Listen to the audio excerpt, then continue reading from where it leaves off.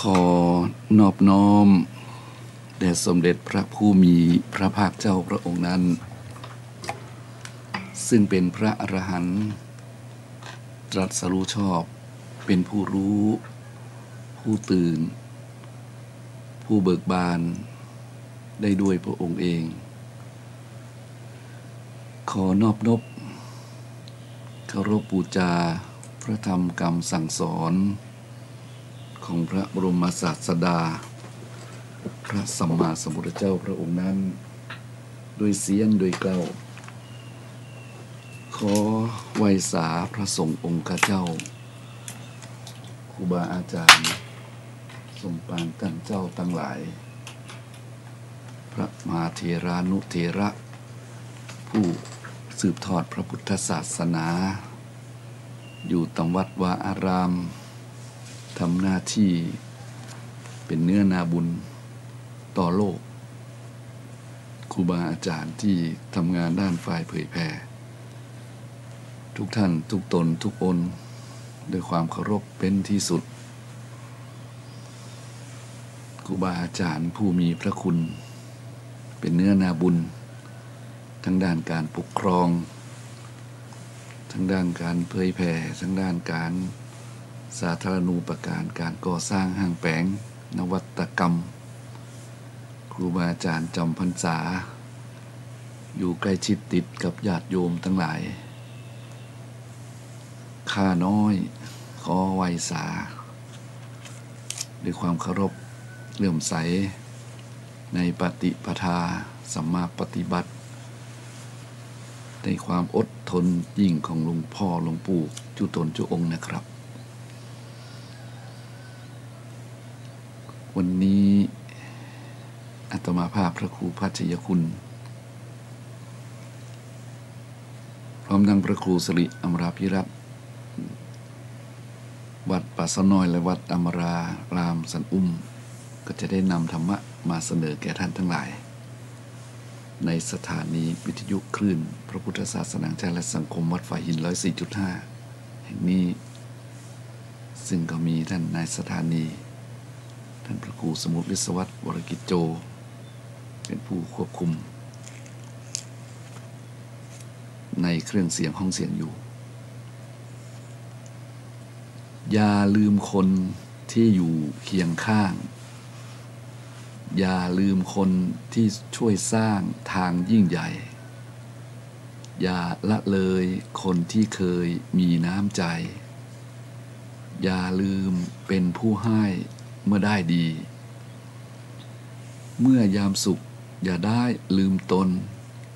ชีวิตอาจเวียนวนทุกข์ได้ยามทุกข์อย่าเบื่อบ่นโศกซ้ำเติมนาควรตั้งสติไว้ต่อสู้ความจริงความสุขความทุกข์นี้เหมือนเงาจะติดตามตัวเราค่ำเช้าเอาสุขทุกข์บ่เอาห่อนได้นาท่านยามทุกข์อย่าโศกเศร้าเดือดร้อนรำคาญบทประพันธ์ของพระพุทธพจน์วราภรณ์หลวงปู่จันทร์วัดเจดีย์หลวงนำขึ้นรายการในวันนี้ก็เพราะนึกถึงบุญบารมีปัญญาบารมีและถ้อยคำที่เป็นอมตะเมื่อลืมท่านและก็เป็นการปูจาคุณส่วนปัญญาบารมีและเป็นการนำมาเตือนสติสกิดใจถึงแม้จะได้ยินได้ฟังแล้วก็ฟังอีกบางครั้งต้องทบทวนหวนกลับมาชีวิตนี้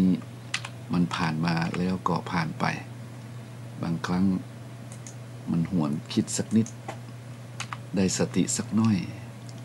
นะความรู้ที่เรียนมาก็อาจจะเข้ามาอยู่ในหมวดของปัญญารู้เพราะมีปัญญาเพราะสุตตมยปัญญารู้เพราะการฟังจินตามยปัญญามีความรู้มีปัญญาเฉลียวฉลาดเพราะนำมาคิดพิจารณาจินตามยปัญญา และก็ที่สุดก็จะเกิดองค์ความรู้คือภาวนามยปัญญามันเป็นลำดับจริงๆโยมทดสอบทดลองดูเนาะจะเห็นว่ามันเป็นอย่างนั้นเพราะฉะนั้นอันสุตตมยปัญญาที่เกิดจากการหู้การฟังนั้นบางทีมันหลงมันลืมนะตามความเสื่อมของสัญญาความเสื่อมของสังขารวันนี้เอานำนะคติธรรมสิ่งหลวงปู่เพิ่นเขียนไว้นะในธรรมบรรณาการมงคลชีวิตประสิทธิพรคำกรสนใจหลวงปู่จันทร์กุศโลอ่านทุกครั้งได้สติทุกครั้งนะและก็บอกว่ามีก็หลวงปู่เท่านั้นโยมมีครูบาอาจารย์ทั้งหลายนะซึ่งเป็นอัจฉริยะนะเป็นผู้มีปัญญาบารมีได้ประพันธ์ไว้นะได้เขียนได้แต่งไว้นี่เอามาอู้มาจ่าบางทีบางครั้งก็จะทำให้เฮานั้นเนาะ เนาะอู้คนเดียวเนาะวันนี้เพราะว่าพระครูสิริอมราภิรักษ์ยังมาเตือก็เลยว่าเนาะก็หมายความว่าเนาะเป็นจะอีเนาะฉะนั้นวันนี้ธรรมภาพนะก็จะได้ทำหน้าที่นำธรรมะมาเสนอให้แก่ญาติโยมทั้งหลายตั้งแต่เวลานี้เป็นต้นไปนะท่านอาจารย์พระครูสมุวิศวัตรวรกิจโจก็ได้ให้เวลายาวมากโยมนะตั้งแต่เวลานี้จนถึงพุ่น5 โมง 5 โมง5 โมงก็ต้องนะญาติโยมก็ต้องทนอาตมาเองก็ต้องทนนะทนนะญาติโยมหลายบางทีมันอาจจะมีลิมิตเพราะว่าทุกอย่างมันมีลิมิตนะชีวิตนี้มันก็มีความอดทนที่อาจจะอดมาได้ทนมาได้แล้วนะอันนี้ก็ต้องนะต้องหาทางเพราะน้องว่าบริหารจัดการอย่างเช่นเขานั่งเมินเกินไปมันอย่างมาก2 ชั่วโมงนี่มันก็สุดๆเหมือนนายโยมและสำหรับผู้ที่เบิกเกยแบบครูบาอาจารย์นั่งได้4 ชั่วโมง6 ชั่วโมงนั่นนะเพราะฉะนั้น1 ชั่วโมงก็ยังว่านักนะ30 นาทีก็ว่านักเพราะฉะนั้นทนสุดๆตึก30 นาที40 นาทีก็เปลี่ยนอริยบทเปลี่ยนกายเป็นยืนนั่งแล้วก็เป็นยืนนะก่อนจะยืนก็อาจจะเหยียดขาบิดซ้ายบิดขวาแล้วก็เดินนี่โยมไหมยืนแล้วก็เดินยืนเมินๆธรรมาเคยลองยืนดู30 นาทีนี่เอาเรื่องมันโยมยืนเพ่งพินิจมันนึกถึงพระเจ้าเปิ้นยืนเพ่ง7 วันนี่โอ้โหสุดยอดเลยโยมเนาะที่เปิ้นเสวยวิมุตติสุขนะสุดยอดจริงๆนะอันนั้นระดับเฮานี่บ่ถึงละเฮา30-40 นาทีนี่ก็เห็นไหมมันมีลิมิตของมันมีที่สิ้นสุดก็ต้องเดินเจ้ามานี่จะเดิน30 นาที40 นาทีพอรู้สึกมันเริ่มล้ามาดูนาฬิกามันตึก40 นาทีก็เปลี่ยนเป็นนั่ง40 นาที45 นาทีมันปวดซ้ายปวดขวานอนนิยมเพราะฉะนั้นยืนเดินนั่งนอนนี่คืออิริยาบถ ที่ผ่อนคลายทุกขเวทนาที่เกิดขึ้นเป็นธรรมดาของสังขารเห็นไหมสังขารธรรมนี่หนอมีความทุกข์เนี่ยทุกข์แต่เราบ่ได้สังเกตมันเพราะว่ามันบ่มีไผชี้เมื่อพระองค์ทรงมาชี้ว่าเนี่ยเห็นไหมอริยบทนี้มันบังนะมันบังความทุกข์ไว้นะอิริยาบถนี้มันบังความทุกข์ที่เรานั่งยืนเดินนั่งนอนเราเปลี่ยนโดยธรรมชาติ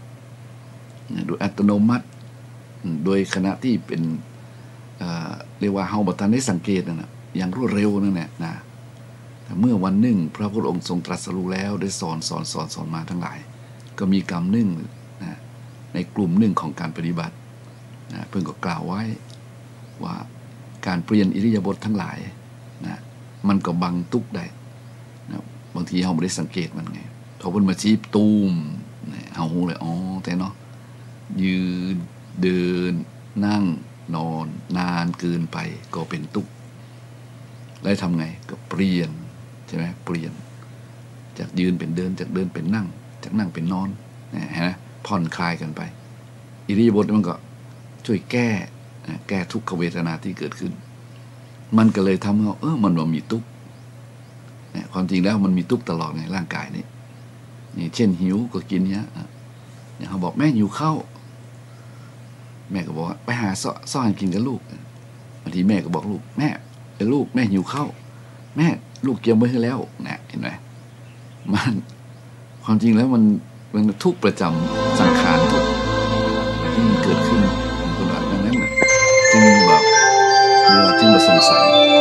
ที่เป็นว่าร่างกายนี้ขณะนี้ท่านกำลังฟังสถานีวิทยุกระจายเสียง FM 104.5 เมกะเฮิรตซ์การเปลี่ยนอย่างเคยชินด้วยธรรมชาติมันมาบดบัง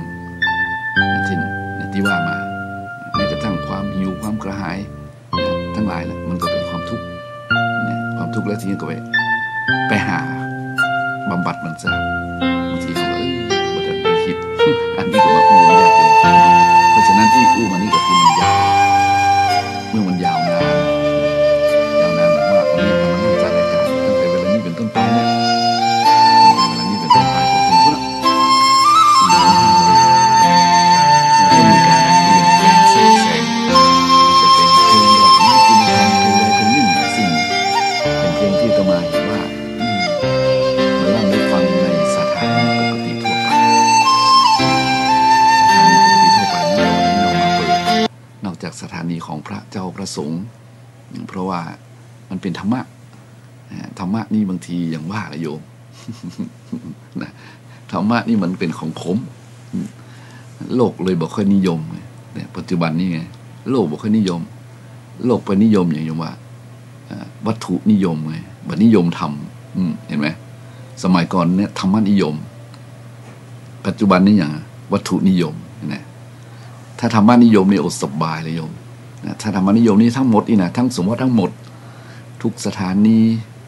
นะทั้งสถานีฟรีสถานีเปิดตึงทีวีตึงสื่อต่างๆนะลองเอาเพลงธรรมะไปเปิดโยม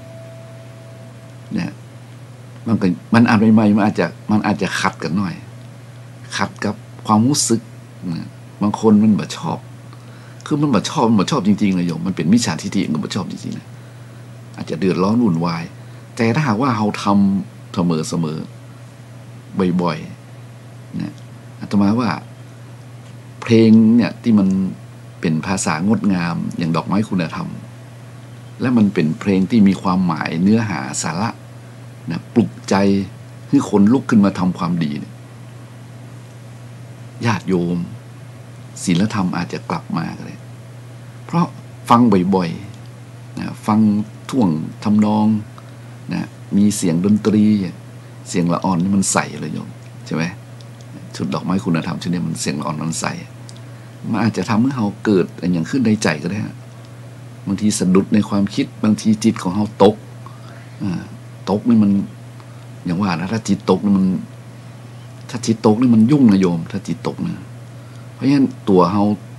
นะบอกใจว่ามีกระตัวนะมันมีจิตเนี่ยถ้าจิตตกนี่ยุ่งละนะจิตตกนะถ้าจิตตกคนจิตตกโยมนะเคยได้ยินไหมคนจิตตกนี่มันเป็นคนที่น่าสงสารนะเพราะมันถ้าว่าจิตตกในที่นี้มันก็เท่ากับอีเนาะจิตตกเท่ากับโรคซึมเศร้าก็ได้โยมนะโรคซึมเศร้าเนี่ยจิตตกนะจิตตกเนี่ยแต่ทีนี้ความหมายก็มีมากมายอย่างประมาณว่าจิตตกนะตกไปอยู่ใต้อำนาจของมารนะจิตตกไปอยู่ใต้อำนาจของมารเราก็รู้อยู่อย่างตัวแรกก็คือกิเลสมารเนี่ยปวดทุกข์นะถ้าจิตตกไปอยู่ใต้อำนาจกิเลสนิยมนี่มันจะเป็นสิ่งที่ทำให้ตัวเจ้าของจิตร่างกายที่จิตอาศัยอยู่นั้นจะพลอยเดือดร้อนไปตัวเดือดร้อนวุ่นวายไปตัวบางครั้งเราจะเห็นเหตุการณ์ที่เกิดขึ้นในสังคมโลกเนี่ยไม่ได้ว่าให้ใครสักคนหมายว่า มันเกิดขึ้นเป็นปกติบางทีเขาก็ฟังเสียงวิจารณ์จากนักวิจารณ์ทั้งหลายในสื่อต่างๆบอกว่าโลกโซเชียลนะบอกว่าโลกออนไลน์อย่างต่างๆในโลกโซเชียลนั่นแหละนะหรือการสื่อต่างๆอาตมาก็นั่งดูเพื่อนวิจารณ์นะว่าทำไมอยู่ดีๆแบบชอบนะทำไมอยู่สบายแล้วทำไมต้องตะเกียกตะกายไปหาเนี่ยไปหาอยู่ว่าจุดอีกนะอยู่ดีสบายบอกว่าทำไมตะเกียกตะกายไปหาเรื่องนี่นะหาเรื่องที่มันเกิดขึ้นตึกนี่นะบางทีคำตอบอย่างอื่นนี่คนอื่นตอบนี่บางที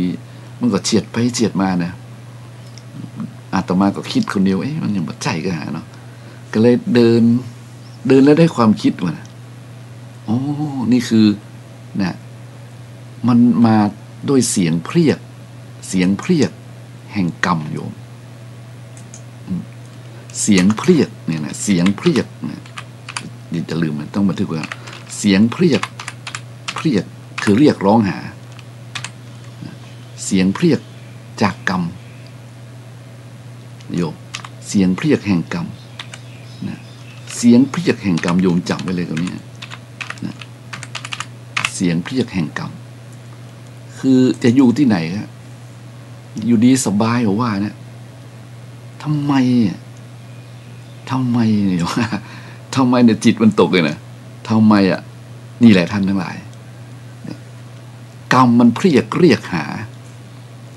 ถึงข่าวชะตาเนี่ยมันถึงคาดพ่อง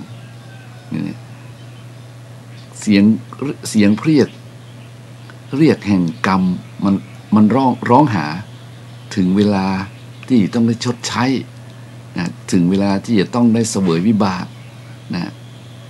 นี่แหละโยมเสียงเพรียกแห่งกรรมนะมันถึงช่วงชะตามันจะได้รับนะเรียกว่าชะตาชีวิตนะบางทีมันมองไม่เห็นนะตัวนี้นะแต่เมื่อมันปรากฏแล้วเราจะมองเห็นจริงแต่เลยเนาะมันน่ามาเลยมันน่าไปเลยแล้วทำไมต้องมาทำไมต้องไปทำไมต้องทำเนี่ยนี่แหละโยมเสียงเพรียกแห่งกรรมจะหนีมันได้ไหมเนี่ยหนีมันได้ไหมมันก็ยากอยู่แต่มันต้องมีอย่างที่โอ้โหแต่มันต้องมีอย่างที่มันถ้ามันเป็นกรรมจริงๆมันเหนียวเรียกว่าเรียกแบบป้นเลยจะยกตัวอย่างโยมนะพระเจ้ามีเรื่องนี้มาเวตมาอาจจะละเอียดพอนะแต่นึกได้ตอนนี้สุปาพุทธะนี่เป็นพระญาติซึ่งจะเป็นพระญาติของพระนางพิมพาก็ยังนี่ในเดียวนี่มันจะออกมาเองเอาตรงสำคัญประเด็นสำคัญคือสุปาพุทธะนี่เรียกว่ามันไส้แล้วมาชอบพระพุทธเจ้าวันโยมมาชอบพระพุทธเจ้าถ้าจำชื่อผิดก็ครูบาอาจารย์สุวาภัยเลยนะครับตอนนี้มั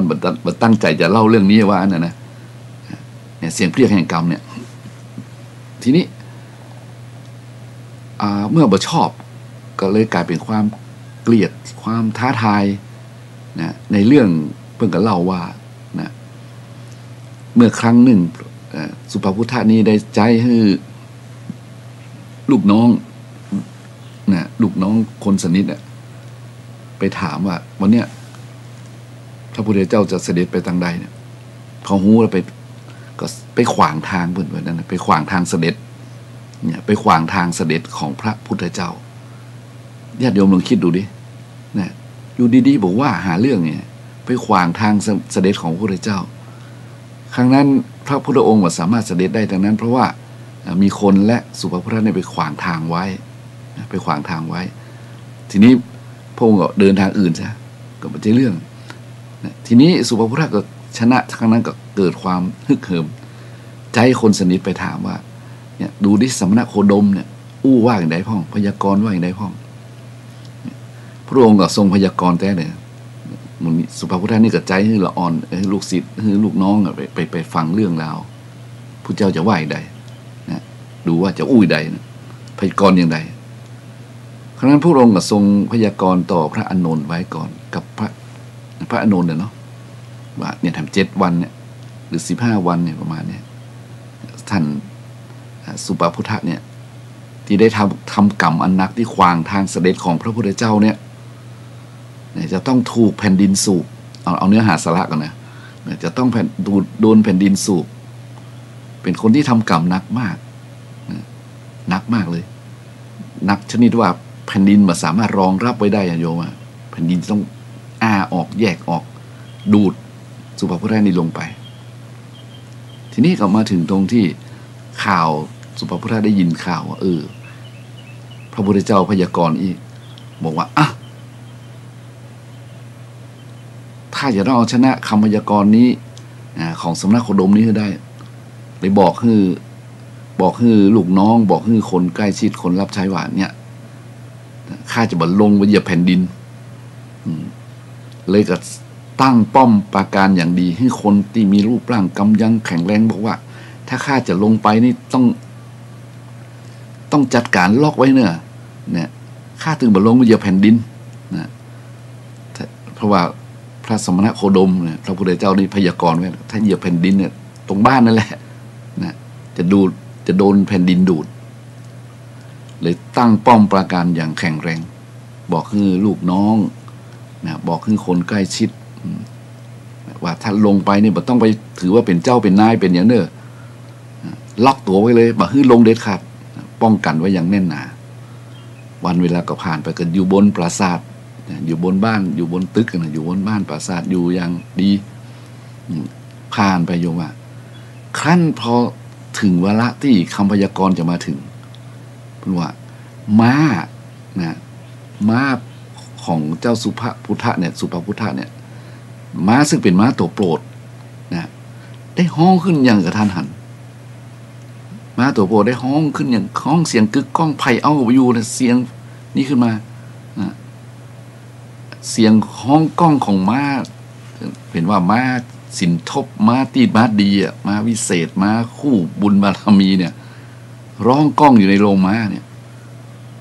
สมัยก่อนนี่ม้านี่ถือว่าเป็นสุดยอดของเพื่อนคู่ขาเลยโยมไปเนี่ยต้องเดินทางด้วยม้าอาชาของแต่ละคนนี่โหสุดยอด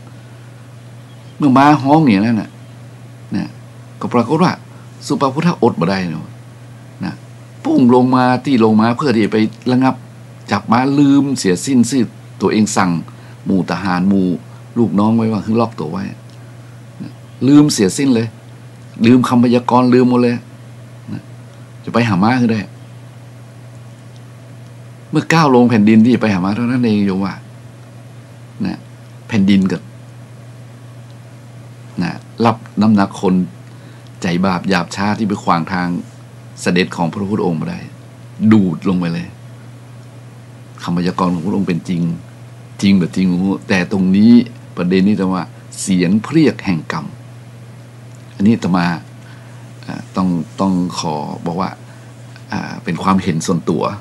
เนี่ยเสียงเพรียกแห่งกรรมนี่นะมันอยู่ไม่ได้จริงๆโยมมันอยู่ไม่ได้จริงนะพอถึงมันจะต้องไปอย่างตามกรรมที่ตัวเองทำไว้เนี่ยบ่มีมาขวางกั้นได้เลยนะจะบ่มีอย่างที่จะมายับยั้งได้เลย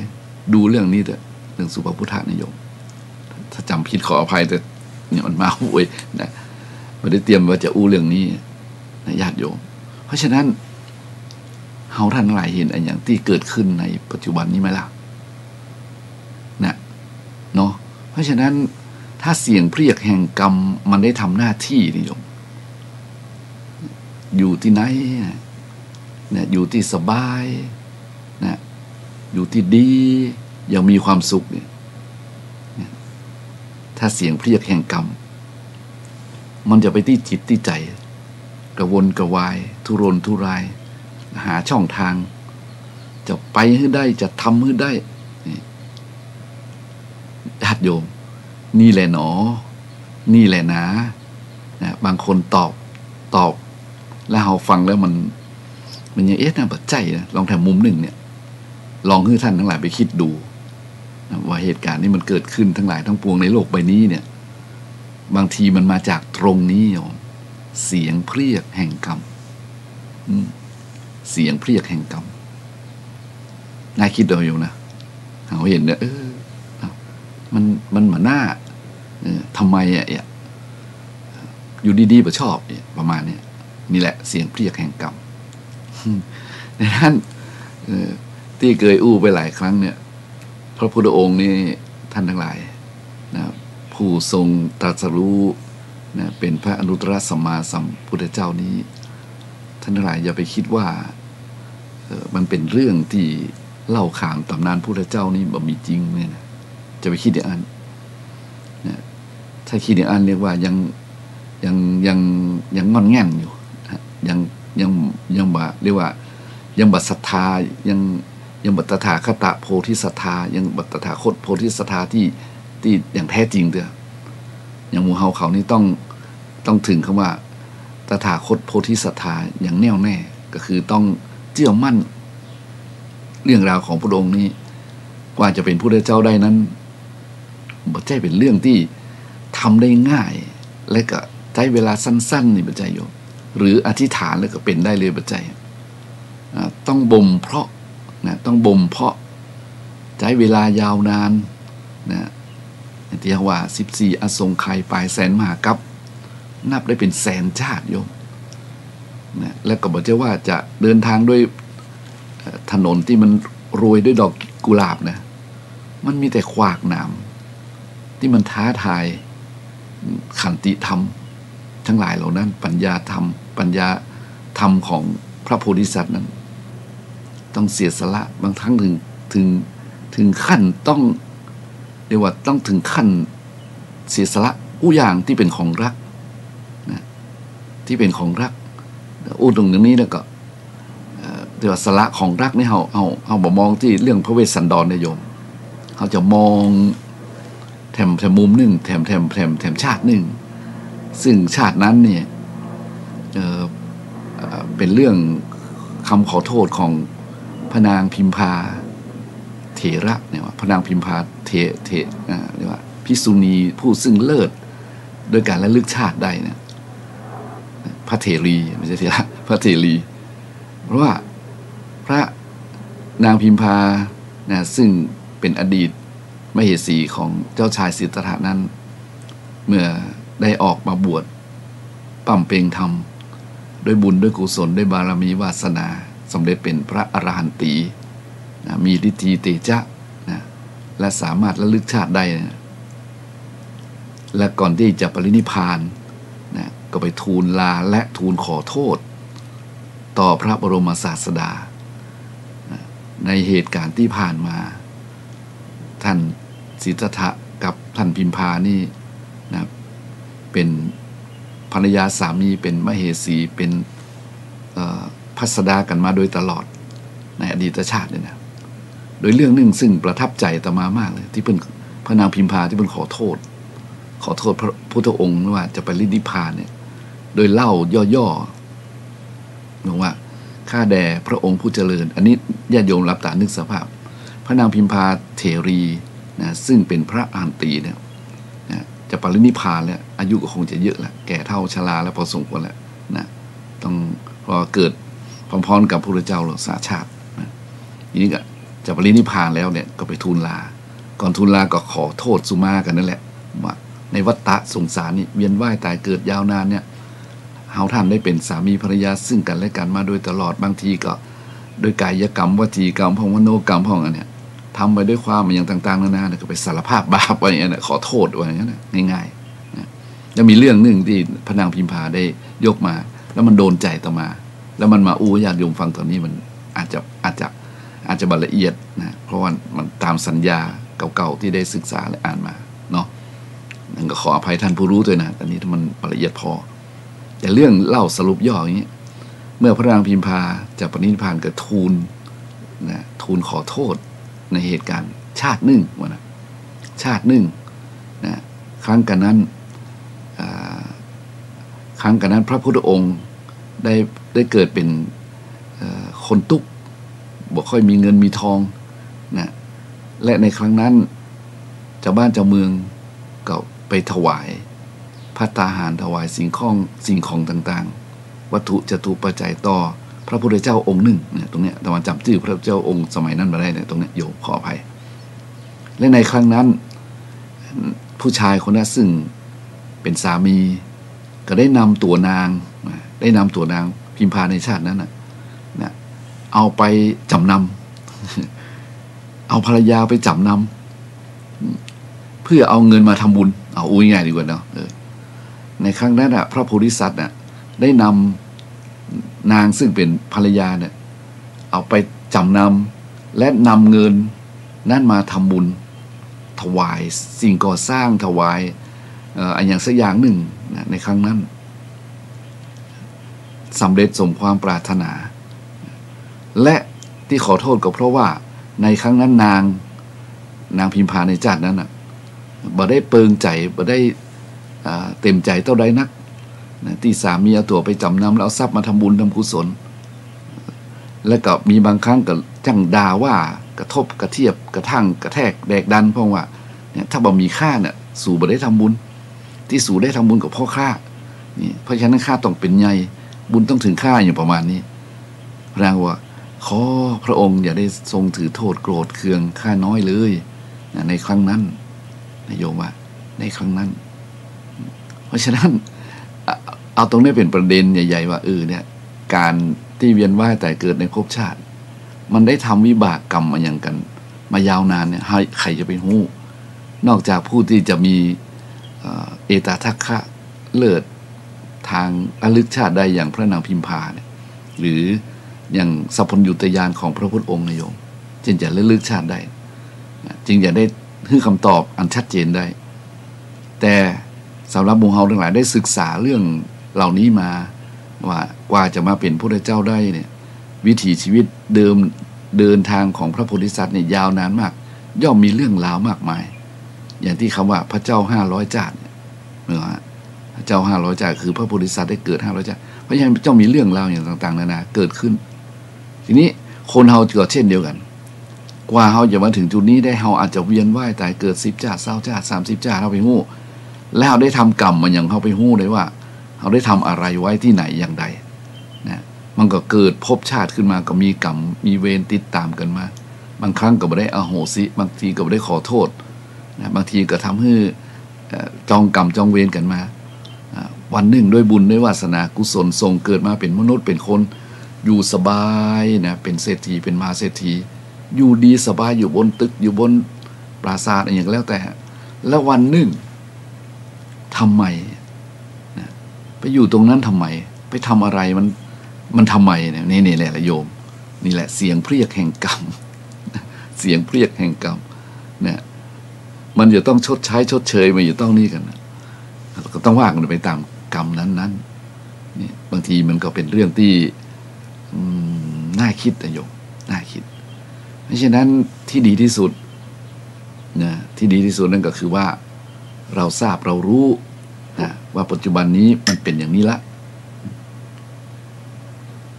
เฮาก็ควรที่จะประคับประคองนะประคับประคองตัวไว้ถ้ามันเกิดมีเสียงเพรียกแห่งกรรมก็ต้องพยายามมีสตินะต้องมีสติมีเรียกว่ามีสติอย่างเข้มแข็งที่สุดซึ่งถ้ามีสติและมีปัญญาและมีกัลยาณมิตรอาจจะช่วยได้อาจจะช่วยได้แต่ถ้ามันเป็นกรรมอย่างจริงๆแท้ๆแน่นอนที่สุดนั่นก็อย่างเรื่องสุภพุทธก็ดีหรืออย่างเรื่องพระเทวทัตก็ดีเนี่ยนะมันหนีบ่พ้นนี่นะหรือเรื่องของพระโมคคัลลานะก็ดีเนี่ยที่ผลที่สุดก็ต้องชดใช้กรรมนั้นเนี่ยอันนั้นก็เป็นเรื่องหนึ่งนะแต่เราทราบนี้แล้วเราเป็นคนบุคคลที่อยู่ในสภาวะเป็นปุถุชนกัลยาณชนคนธรรมดาเนาะยุคนี้ปัจจุบันนี้เราก็พึงพึงสังวรไว้พึงสำรวมไว้บ่ปล่อยตัวบ่ปล่อยใจนะพยายามบรรลัยไปตามอำนาจของความอยากทั้งหลายนะความอยากทั้งหลายนะอันมีความโลภความโกรธความหลงนี่แหละเป็นหัวหน้านะความอยากทั้งหลายอันมีความโลภความโกรธความหลงนี่แหละเป็นหัวหน้าแล้วมันก็จะชักพาเราไปอยู่ในวังวน อยู่ในวังวนเนี่ยโยมวังวนแห่งความลุ่มร้อนนะเพราะโลภโกรธหลงนี่เป็นกิเลสฝ่ายต่ำฝ่ายมารเหรอเพราะฉะนั้นมันก็จะดึงเราไปอยู่ในวังวนนั้นเราก็ต้องพยายามเขารู้ว่าเมื่อใดโลภเมื่อใดโกรธเมื่อใดหลงก็พยายามเพราะว่าไอ้ตัวนี้มันจะรู้ด้วยตัวเองอะคือว่ากุศลจิตอกุศลจิตนี่นะกุศลจิตและอกุศลจิตอะไรแยกกันน้อยเนาะกุศลจิตก็คือจิตที่เป็นกุศลอกุศลจิตก็คือจิตที่ไม่เป็นกุศลแล้วใครรู้อะโยมว่ามันก็จิตคนนั้นแหละรู้นี่แหละคำว่าปัจจตังเนี่ยรู้ด้วยเฉพาะตนถ้าจิตเป็นกุศลก็รู้ว่าจิตเป็นกุศลจิตเป็นบาปอกุศลก็รู้ว่าเป็นบาปรู้ด้วยตัวเก่าเพราะฉะนั้นจึงไม่มีใครช่วยใครได้ตรงนี้นะตรงนี้จึงไม่มีใครช่วยใครได้ก็ต้องพยายามนะที่เป็นกล่าวว่ารู้เท่ารู้ทันเนี่ยต้องรู้เท่ารู้ทันอารมณ์ในขณะนั้นที่มันเกิดขึ้นในขณะนั้นพอรู้ปุ๊บอ่ะโอ้ยอกุศลเกิดขึ้นแล้วอกุศลคือสิ่งที่ไม่ใช่กุศลคือสิ่งชั่วร้ายทั้งหลายเอาละบาปเกิดขึ้นแล้วในจิตนี่บาปเกิดขึ้นแล้วในจิตต้องรู้ทันทีเลยมันต้องระวังละนะต้องระวังนะเพราะว่าจิตมันเกิดโลภะจิตนะโทสะจิตเนี่ยโมหะจิตว่าโลภะจริตโทสะจริตโมหะจริตเนี่ยพอมันเกิดขึ้นปุ๊บนี่ต้องรู้ตัวเองแล้วนี่นะมาแล้วนะมารมาแล้วนะงั้นต้องสำรวมล่ะต้องระวังนะถ้ามันเกิดขึ้นเนี่ยนะต้องรู้ทันมันละเนี่ยรู้เท่ารู้ทันมันและทำนองเดียวกันถ้ากุศลจิตเกิดขึ้นนะกุศลก็คือบุญคือดีคือเหมาะสมนะมงคลทั้งหลายเกิดขึ้นในใจเอานี่เราก็ทำไปตามกุศลจิตนะถ้าเป็นอกุศลก็อย่าทำอย่าตัวใจมันห้ามจิตห้ามใจโยมซึ่งมันทำได้ยากมากไม่ใช่ว่าง่ายนะมันก็ทำได้ยากอยู่แต่มันก็ไม่ยากจนเกินไปอย่างเรื่องที่เคยเล่าเรื่องของนางอุตรากับนางสิริมานะโยมเนาะที่พระองค์ทรงประทานพระธรรมอันยิ่งใหญ่คือกลุ่มชนคนทั้งหลายในขณะนั้นฟัง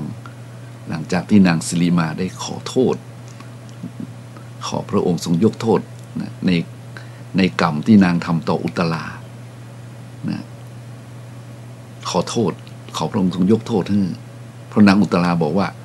ฉันนะบ่มีปัญหาฉันยกโทษให้เธอและสิริมาแต่ถ้าเธอจะถ้าฉันถ้าเธอไปขอโทษต่อพุทธบิดาก่อนคือพระองค์ถ้าพระองค์ทรงยกโทษนี่ก็จบเสี่ยงกันกรรมเวนี่นางสิริมาก็ไปเล่าพระพุทธเจ้าฟังยมจำได้เนาะพอเล่าเสร็จเรื่องเป็นพระพุทธเจ้าอนุโมทนากับอุตราแล้วก็ได้ประทานธรรมะอันเนี้ยซึ่งน่าจะเอามาใจเล็กเอามาย้ำเลยกันลืมที่ว่าพุทธองค์ทรงเปล่งภาษิตพุทธภาษิตที่ว่าพึงชนะคนโกรธด้วยความไม่โกรธเนี่ยพึงชนะคนไม่ดีด้วยความดีพึงชนะคนตระหนี่ด้วยการให้พึงชนะคนพูดเท็จด้วยคำจริงเนี่ยโยมเอาเนี้ยมันเป็นกุศลจิตและอกุศลจิตที่อยู่ในตัวเฮานี่แหละโยมเฮาจะฮู้ด้วยตัวเก่าเฮาเพราะฉะนั้นเฮาท่านทั้งหลายก็ต้องเรียกว่าต้องพยายามถ้ามาถึงตรงนี้นะต้องพยายามเฝ้าดูจิตเฝ้าดูจิตของตัวเก่าเฝ้าดูจิตของตัวเก่าเพราะว่าจิตนี่มันปกติของจิตคือใจนะมันก็อย่าคิดไปเรื่อยๆจิตตัวนี้คือเป็นนามนะไม่ใช่ว่าจิตเนี่ยคือจิตนี่เป็นนามนะแต่ของเฮาจึงเราแจ้งว่าใจเนาะภาษาไทยเนี่ยเราแจ้งว่าจิตอยู่จิตตัวเนี้ยมันมีปกติมันจะคิดปกติของจิตก็คิดนะมันก็คิดไปถึงอดีตพ่องคิดไปถึงอนาคตพ่องนะคิดไปโน่นไปนี่นะเรียกว่าคิดทั้งกุศลและอกุศลนะอย่างที่ว่ากามวิตกเนี่ย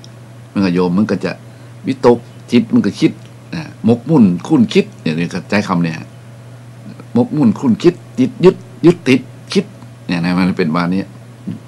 และเมื่อมันเกิดเรียกว่าเป็นวิตกจริตวิตกจริตมันก็ถ้ามันคิดในเรื่องลบเนี่ยโยมมันก็เลยกลายเป็นโรคซึมเศร้าเหงาเซ็งนะ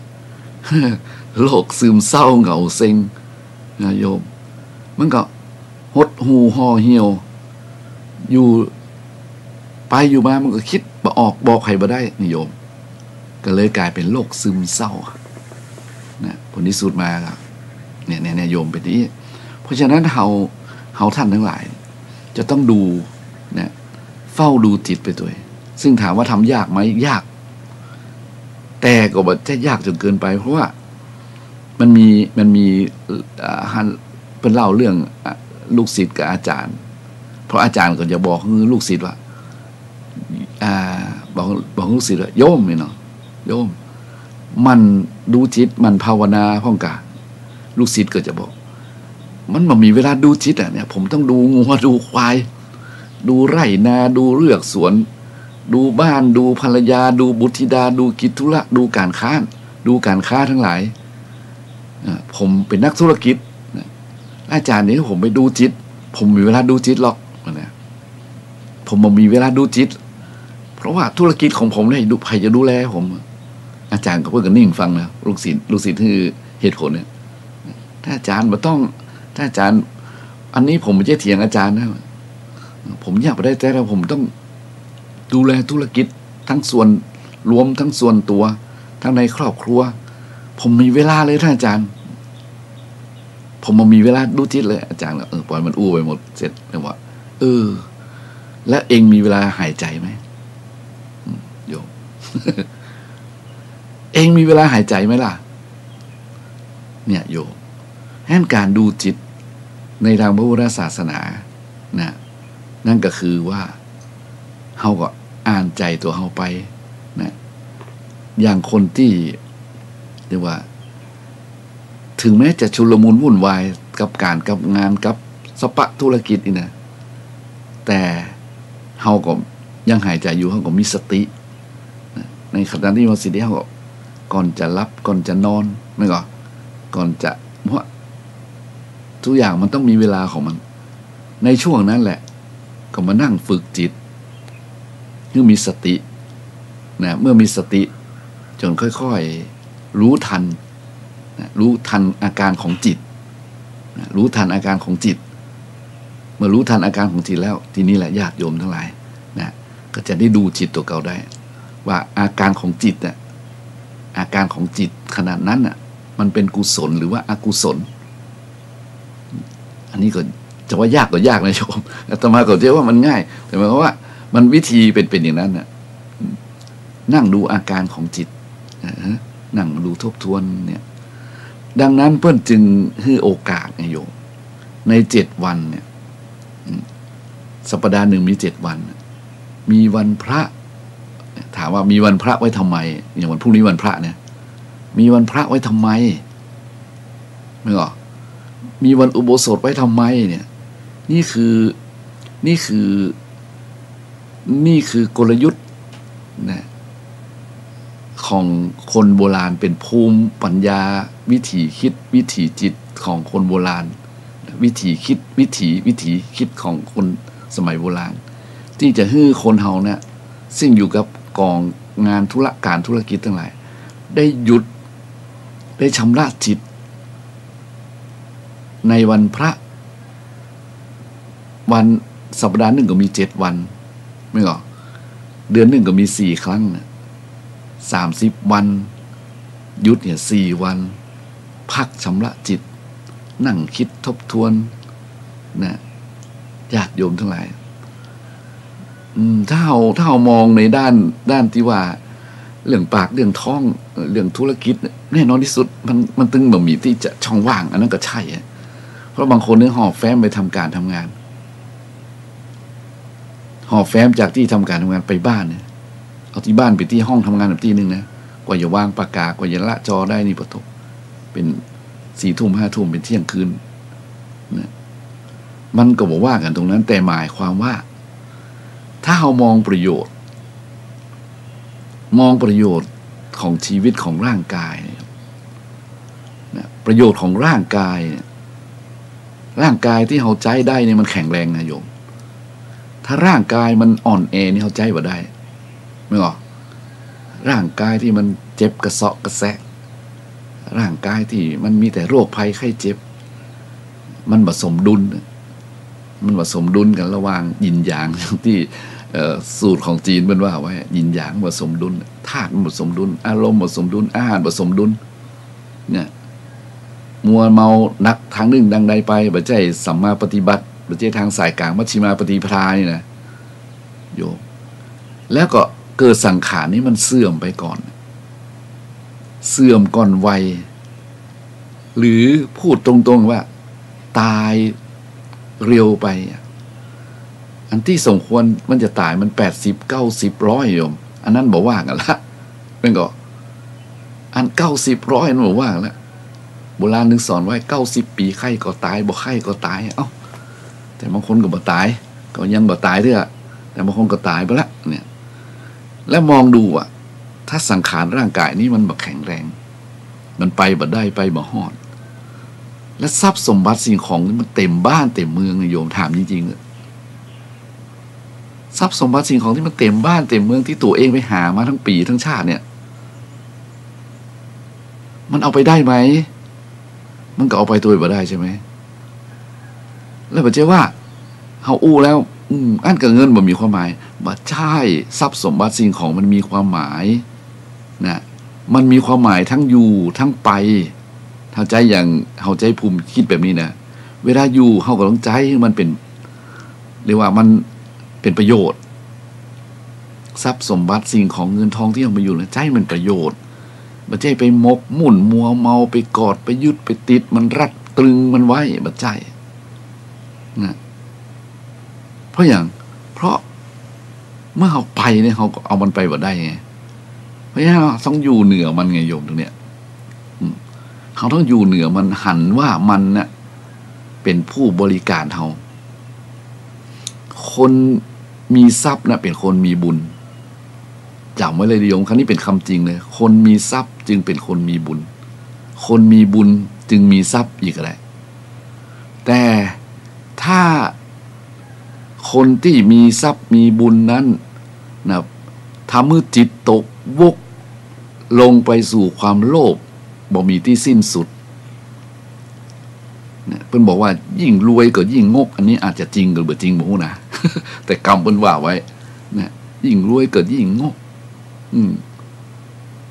เพิ่นว่านะแต่บ่แต่หมู่นะแต่มาคิดว่ามันก็มีเข้าที่มันว่านะถ้ามันไปอย่างนั้นมันไปติดแล้วไงมันไปตกไงไปตกนะมันไปเรียกว่ามันจะกินก็เสียดายแล้วทีนี้ไม่ก็จะกินก็กลัวผลาญจะต้านก็กลัวเสี่ยงนะแล้วก็ไปตกอยู่ในความยึดมั่นถือมั่นอย่างเหนียวแน่นเนี่ยญาติโยมทั้งหลายยึดมั่นถือมั่นอย่างเหนียวแน่นว่าเป็นของกูนั่นแหละของหลวงพ่อพุทธทาสนั่นแหละหลวงพ่อพุทธทาสเป็นบอกไว้นั่นแหละมันเป็นคำที่ชัดมากนะเรื่องยึดมั่นถือมั่นเป็นของกูนี่มันมีนิทานเล่าไว้นะเดี๋ยวก่อนที่จะฟังเพลงสักเพลงนี้นะโยมนะเป็นบอกว่าเรื่องยึดมั่นถือมั่นนี่เป็นเรื่องของปู่กับหลานอาตมากันยังจำได้ว่าเคยมาเล่าที่นี่ก่อนเคยมาเล่าให้โยมฟังในฐานีนี้หรือไม่ก็ไม่รู้นะจำมาได้มันหลายเมินนะเนาะหลายเรื่องหลายตอนถ้าใครได้ฟังแล้วก็ยิ้มกันแล้วกันเนอะนะโยมปู่กับหลานโอ้ยอยู่บ้านหลังหนึ่งนี่มีเป็นเศรษฐีเลยคุณปู่คนนี้นะ คุณปู่คนนี้นะก่อนที่จะเป็นปู่เพิ่งก็เป็นเด็กชายเนาะจากเด็กชายก็เป็นเด็กชายหนุ่มมาเป็นชายหนุ่มก็แต่งงานนะแต่งงานก็มีบุตรเนอะมีบุตรพ่อชายบุตรไม่ยิงก็เมื่อเติบโตขึ้นมาบุตรก็ไปแต่งงานกับมีหลานก็เป็นปู่เลยที่นี่ใช่ไหม เนี่ยอู้ถึงความรวดเร็วของการอู้จาจากเด็กชายเป็นนายชายหนุ่มมีชายหนุ่มคนนี้ก็เป็นปู่และเพิ่งบอกว่าในทางเดินของปู่เขาเนี่ยเป็นเศรษฐีบ้านของเขาเนี่ยบ้านของเศรษฐีปู่เศรษฐีคนเนี้ยสวยสดงดงามอลังการนะเป็นบ้านที่โหเรียกว่าปู่นี่ปู่เศรษฐีนี่โหเรียกว่าเมาอ่ะเมาแต่ขณะที่เมาบ้านเมาทรัพย์สมบัตินี่นะเศรษฐีนี้ก็ยังได้ชื่อว่าเป็นคนใจบุญอยู่นำทรัพย์ที่ตัวเองมีอยู่ไปสร้างบุญสร้างกุศลเช่นฮือตาลพ่องแล้วก็วันพระวันศีลก็ยังไปรักษาศีลอยู่นะฮือตาลโดยรักษาศีลตัวเรียกว่าบุญตาลนี่มีมากมายพอกับทรัพย์สมบัติที่ตัวเองมีอยู่ผู้เศรษฐีท่านนี้และศีลนี่ก็ดีมีภรรยาก็อยู่กับภรรยามีบุตรหลานที่ได้ก็อยู่ในศีลเรียกว่าเป็นเศรษฐีที่อยู่ในกรอบนะเป็นเศรษฐีที่มีศีลมีธรรมเป็นเศรษฐีที่มีการฮือตาลรักษาศีลแต่ขาดภาวนาไม่ได้ภาวนาท่านเมื่อคนเฮาเนี่ยได้ฮือตาลได้รักษาศีลไม่ได้ภาวนาเนี่ยมันก็เป็นบุญอย่างหนึ่งแล้วโยมแต่ความยึดความผูกพันเนี่ยมันบ่สามารถจะตัดขาดได้เพราะว่าจะตัดขาดอันอย่างได้หรือจะหู้ทันได้นั้นมันต้องภาวนาอย่างที่ว่ามาเมื่อกี้นะมันต้องยกจิตขึ้นมาพิจารณานะหรือก่อนจะยกจิตพิจารณาก็ต้องควบคุมจิตก่อนบ่ให้มันไหล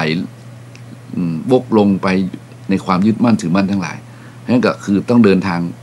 ด้วยการภาวนาจะเข้าเส้นนั้นก็ต้องภาวนาทีนี้ท่านเศรษฐีท่านนี้ก็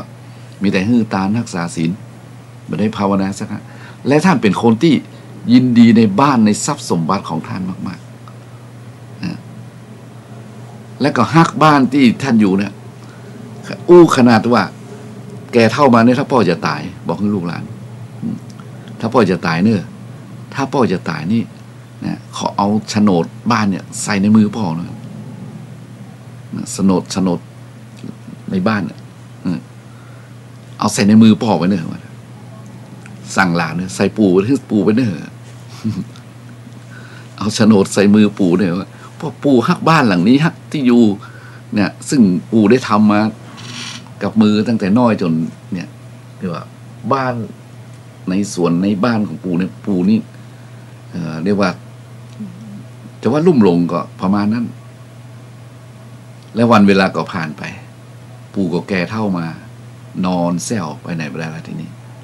นะผลที่สุดสังขารก็เป็นธรรมดาเนาะเกิดยาวนานก็ต้องผ่านการแก่ผ่านการเจ็บแล้วก็ต้องสู่ความตายเพิ่นก็บอกว่าเศรษฐีผู้นี้ก็ตายนะก่อนเราพอตายไปลูกหลานก็เอาทรัพย์สมบัติสิ่งของบรรดามีเนี่ยโดยเฉพาะคำสั่งว่าเอาโฉนดที่ดินเนี่ยนะโฉนดที่ดินเนี่ยเอาใส่ในมือเลยเนอะคนทำเวลามันจะไปจริงๆนี่มันเนาะทุกคนก็ต้องอาศัยคำสั่งเนี่ยเป็นประกาศสิทธิ์ลูกหลานก็นำมาซึ่งโฉนดที่ดินนั้นนะครับหลังจากพิธีประกอบพิธีไปแล้วเรียบร้อยนะเพิ่นก็เล่าว่าเศรษฐีผู้นี้ก็หายไปไหนก็บ่ฮู้แต่มันไปปรากฏอยู่บนสวรรค์นั่นน่ะเป็นประตูเข้าสู่ทางสวรรค์ในขณะที่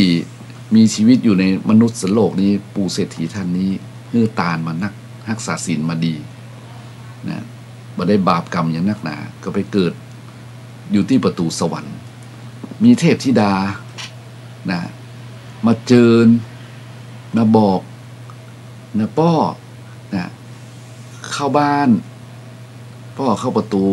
สวงสวรรค์เตอเศรษฐีนี่ก็บอกเข้านะมีเทพธิดาหลายคนหลายตนมาพยายามจวนเศรษฐีท่านนี้ก็บอกเข้าบอกว่าบ่อยากไปอยู่เนี่ยเป็นเวลาช้านานมาก นิทานมันก็เล่าต่อมาว่าเป็นเวลาช้านานเนี่ยมาเข้าบ้านมาเข้าสวรรค์มาเข้าประตูสวรรค์กันยืนมือกับกำชนดอยู่ ใบชนดอยู่นั่นแล้วก็บอกนะในครั้งนั้นลูกสาวหลานสาวคนเล็กซึ่งเป็นหลานสาวคนโปรดได้ถึงแก่กรรมในโลกมนุษย์และหลานสาวคนนี้ก็มีศีลมีธรรมพร้อมที่มาอยู่สวรรค์ได้เช่นเดียวกันวิธีทางเดินของสองคนนี้มาปะกันที่ประตูสวรรค์วิธีทางเดินของหลานปู่กับปู่คนเนี้ยพอปู่หันหลานเท่านั้นน่ะปู่นี่รู้ตัวว่าตายแล้วหรอนะพอหันหลานหลานสุดที่รักของปู่ก็มาความดีใจโยมความดีใจนะความดีใจที่เจอหลานปู่กับหลานโผภาวะเข้ากอดกันท่านขณะที่โผภาวะเข้ากอดกันนั้นเพื่อว่ามือของเศรษฐีนั้นได้คลายออกใบชโนที่กำไว้แน่นกับหลุดลอยล่องลิ่วปลิวหายไปนะโยม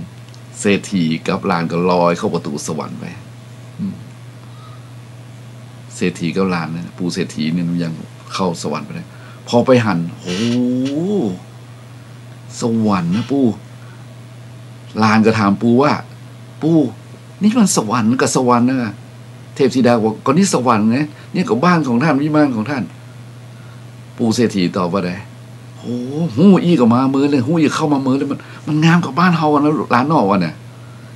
มันงามกว่าของบ้านเฮากันเนาะงามกว่าในโลกมนุษย์ปู่มั่วกระกำชโนดอยู่นั่นแหละยึดมั่นถือมั่นติดอยู่ในนั้นโยมเล่าเรื่องนี้ให้ฟังโยมมีความคิดเห็นเป็นประการใดก็แล้วแต่โยมนะก็เล่าอย่างนั้นนะนิทานเป็นอย่างนั้นเนี่ยเพราะฉะนั้นอากุศลจิตที่มันเกิดขึ้นคนที่ฮู้ก็คือเจ้าตัวจิตเจ้าของจิตนั้นกุศลจิตที่เกิดขึ้นก็คือเจ้าของจิตนั้นมันก็โยมเพราะฉะนั้นอาตมาจึงเชื่อมั่นในพระพุทธเจ้าอย่างแรงอย่างที่สุดว่าคนเฮาถ้าฮู้จักปล่อยฮู้จักวางนะฮู้จักดูจิตดูใจนะแล้วก็มีทรัพย์สมบัติสิ่งของเงินทองที่มีอยู่ใช้ให้เป็นประโยชน์อย่างที่เพิ่นบอกว่ากามโภคีก็คือผู้บริโภคกามนะผู้มีทรัพย์สมบัตินะฆราวาสญาติโยมที่มีโภคทรัพย์อยู่เนี่ยแล้วก็เป็นฆราวาสญาติโยมเนี่ยนำทรัพย์ที่ตัวเองมีอยู่แล้วนะแล้วก็ประกอบอาชีพด้วยสุจริตมีเมตตาบ่ทารุณว่าเป็นคนมีทรัพย์สมบัติและประกอบอาชีพด้วยเมตตาบ่ทารุณนะและก็ได้นำทรัพย์นั้นมาเลี้ยงตัวนะเลี้ยงครอบครัวบำรุงครอบครัวเลี้ยงบุตรธิดาหลานนะและก็แจกจ่ายให้แก่คนงานช่วยเหลือเชื้อจานสังคมคนทุกข์คนยากเรียกว่าบำรุงสมณะชีพราหมณ์เนี่ยแล้วก็บ่ยึดติดในทรัพย์สมบัตินั้นเป็นคนปล่อยได้วางได้บุคคลเหล่านี้นะใช้ชีวิตอย่างดีนะเป็นกัลยาณชนที่ดีเมื่อละจากโลกนี้ไปแล้วเนี่ยจิตใจเขาย่อมรื่นเริงบันเทิงในสวงสวรรค์ย่อมรื่นเริงบันเทิงในสวงสวรรค์และตรงกันข้ามบุคคลที่เรียกว่ากามโภคีบุคคลที่มีทรัพย์มีสมบัติและก็ทำทุจริตพ่องทำกรรมอันที่ประกอบไปด้วยบาป หนักหนาสาหัสพ่องยึดมั่นถือมั่นพ่องแล้วก็ยึดติดบ่เชื่อเรื่องบาปบุญคุณโทษแล้วก็เป็นคนประเภทหันแก่ตัวมัวเมาประมาทและขาดศีลขาดธรรมนี่นะโยมบ่พินิจพิจารณาถึงโลกนี้โลกหน้าเหมือนสักอย่างบ่เชื่อสักอย่างแต่มีทรัพย์มีสมบัติผลที่สุดมาเมื่อบุคคลเหล่านี้ย่างเข้าสู่ชราชนก็คือคนที่หมดแรงนะโยมชราชนคือคนที่หมดแรง ชราก็คือคนแก่เนาะคนแก่มันมีแรงที่ไหนโยมมันบ่มีแรงชราชนก็คือคนที่บ่มีแรงแก่และแก่แล้วมันจะหนีรอดก็เจ็บแล้วก็ตายเพิ่งว่าสุดท้ายนะทรัพย์สมบัติที่ตัวเองได้มามันก็เอาไปไม่ได้แน่นอนที่สุดและก็ยังแบบพอปุตตืนขาดทุนบุญบ่ส่งขึ้นสวรรค์ซะครับเนี่ยอาจจะไปอยู่ในนรกพ่องนะในภพภูมิเปรตพ่องอสุรกายพ่องเดรัจฉานพ่องเนี่ยอันนี้แหละมันเป็นสิ่งที่ต้องเอามาเตือนจิตคิดบ่อยๆเมื่อเตือนจิตคิดบ่อยๆคิดได้ใจมีเมตตาใจมีกรุณาใจมีมุทิตาใจมีอุเบกขารักษาศีล 5รักษาศีล 8วันศีลบัลละวันพระบ่เว้นนะทำเป็นตัวอย่างเป็นอุบาสกอุบาสิกาที่ดีงามนะเลื่อมใสนะในบาปบุญคุณโทษแล้วก็ทำประโยชน์ทั้งโลกนี้และโลกหน้าโยมเฮาไม่ต้องไปกลัวละทีนี้ในโลกหน้ามันก็ อันนี้ต่อมากันนำมาเล่าญาติโยมฟังนะครับรอสักคำพระเบิ่งกันจะมาองค์หนึ่งเนี่ยพระอาจารย์พระครูสิริอมราพิรัตน์นะเดี๋ยวก็คงจะมาถึงดังนั้นแหละญาติโยมหลายที่เอามาอู้เรื่องนี้ให้ฟังก็นะขึ้นต้นด้วยคำว่าเสียงเพรียกแห่งกรรมบางทีเฮาบ่ตันได้คิดนะบางคนมันเฉลยบ่เรียกว่าเฉลยไปตามความรู้ของไปของมันนะที่บอกว่ากันนะแต่ถ้าความรู้ในทางพระพุทธศาสนาในส่วนเรื่องกรรมนะที่กำหนดเนี่ยมันก็จะคือเสียงเพรียกแห่งกรรมนี่แหละบางทีเฮาก็ว่ากึดเลยว่าไปทำไมต้องทำเดือดร้อนเหรอนะอยู่ดีมีสุขสบายนะและไปทำไมนะทำไมเขามองในมุมหนึ่งกับโรคจิตชนิดหนึ่งเนี่ยมองเชิงจิตวิทยาก็อาจจะชอบความเล้าใจนะบางคนมันชอบเล้าใจหรอชอบดุเดือดเนี่ยชอบทะยานสำราญใจบางทีมันถ้ามันไปทางถูกมันก็ดีอย่างเช่นไปออกกำลังด้านตีกอล์ฟเล่นกีฬานะอย่างแรกที่มันไปเบียดเบียนอย่างของไผ่เนี่ยมาเสี่ยงกันอย่างจนเกินไปที่มันเป็นเรียกว่าเส้นทางสายสีขาวนะมันก็จะทำให้เรียกว่าความสุขความสงบเกิดขึ้นนะแต่ถ้าหากว่ามันหนีเสียงเพรียกแห่งกรรมมาได้เนี่ยอันนี้ก็ต้องระมัดระวังนะต้องตรงนี้แหละต้องเข้าหากัลยาณมิตรนะกัลยาณมิตรนี่เปิ้ลบอกว่ากัลยาณมิตรคือมิตรที่ดีเนี่ยจะมีคำหนึ่งว่าจะเตือนมิตรสหายนะที่เดินทางเข้าสู่ความวินาศนะจะดึงจะเตือนจะบอกนะกัลยาณมิตรที่ดีนะมิตรแท้เนี่ยจะคอยเตือนเพื่อนที่ประมาทแล้วอันนี้เพราะฉะนั้นถ้าคนใดห้ามเฮาบอกเฮาว่าอย่านะทางนี้อย่าทำนะอันนี้มันเป็นวิบากกรรมนะเสียงเพรียกแห่งกรรมนั้นบางทีมีคนห้ามเฮาก็ต้องฟังไม่ก็โยมเฮาก็ต้องฟังนะบ่ใช่ต้องมาห้ามต้องมาบอกฮู้แหละถืออำนาจถือเงินทองถืออาวุโสก็ถือยศก็อย่างแล้วแต่ผลที่สุดมามันก็ไหลเข้าไปสู่ความลำบากเดือดร้อนเพราะฉะนั้นถ้ากัลยาณมิตรได้เตือนแล้วก็ต้องคิดอย่างที่กรรมบะเก่าว่าจิ้งจกทักนะเพิ่นยังหยุดชะงักฟังเลยแล้วคนทักโดยเฉพาะมิตรรักมิตรสหายที่ดีเนี่ยทักกัลยาณมิตรทักเขาต้องฟังบางคนนี่โดนทักแล้วบอกฟังกันนั่นแหละเสียงเพรียกแห่งกรรมจักนำไปจนได้เมื่อจนได้ผลที่สุดมาเป็นได้โยมนั่นนะเพราะฉะนั้นนี่ก็เอามาจากเหตุการณ์ต่างๆที่เกิดขึ้นในปัจจุบันนี้นะว่าบางทีทำไมหนอบ่สงสัยนะโยมเนาะทำไมหนอบ่สงสัยละนี่คือเสียงเพรียกแห่งกรรมเนาะเสียงเพรียกแห่งกรรมนะเพราะฉะนั้นตอนนี้อาตมาก็ต้องขออนุโมทนากับญาติโยมที่ฟังมาและก็จะประชาสัมพันธ์น้อยนึงออกทางสถานีวิทยุน้อยนึงก่อนที่ท่านทั้งหลายจะได้พักผ่อนฟังเพลงชุดดอกไม้คุณธรรมสักน้อยนึงเนาะก็คือที่วัดบุกคกน้อยนะโยมเนอะวัดบุกคกน้อยตำบล หนองปะครั่งเทศบาลหนองปะครั่งนะซึ่งขณะนี้พระภิกษุสงฆ์เจ้าอาวาสพร้อมด้วยพระสงฆ์องค์เนนในวัดโพกน้อยพร้อมโดยสถานาบุญนำโดยท่านนายกสมคิดเลิศเกียรติดำรงคุณวรรณาเลิศเกียรติดำรงและก็คณะศรัทธาญาติโยมกำนันผู้ใหญ่บ้านกรรมการวัดเปิ้นก็ได้ตั้งศพของท่านพระครูสุวรรณปริยัติโกวิทหรือท่านพระมหาทองสุขที่หมู่ลูกศิษย์ต้องหาเรียกว่าครูบาทองสุขหรือครูบาดีนะฮะวัดโพกน้อยจึงถึงมรณภาพไปเมื่อปี2558แล้วตอนนี้เปิ้นเอามาประดิษฐานไว้บนหลังนกหัสดีลิงนะเจิญศพขึ้นตั้งแล้วอาราธนาศพขึ้นตั้งอยู่บ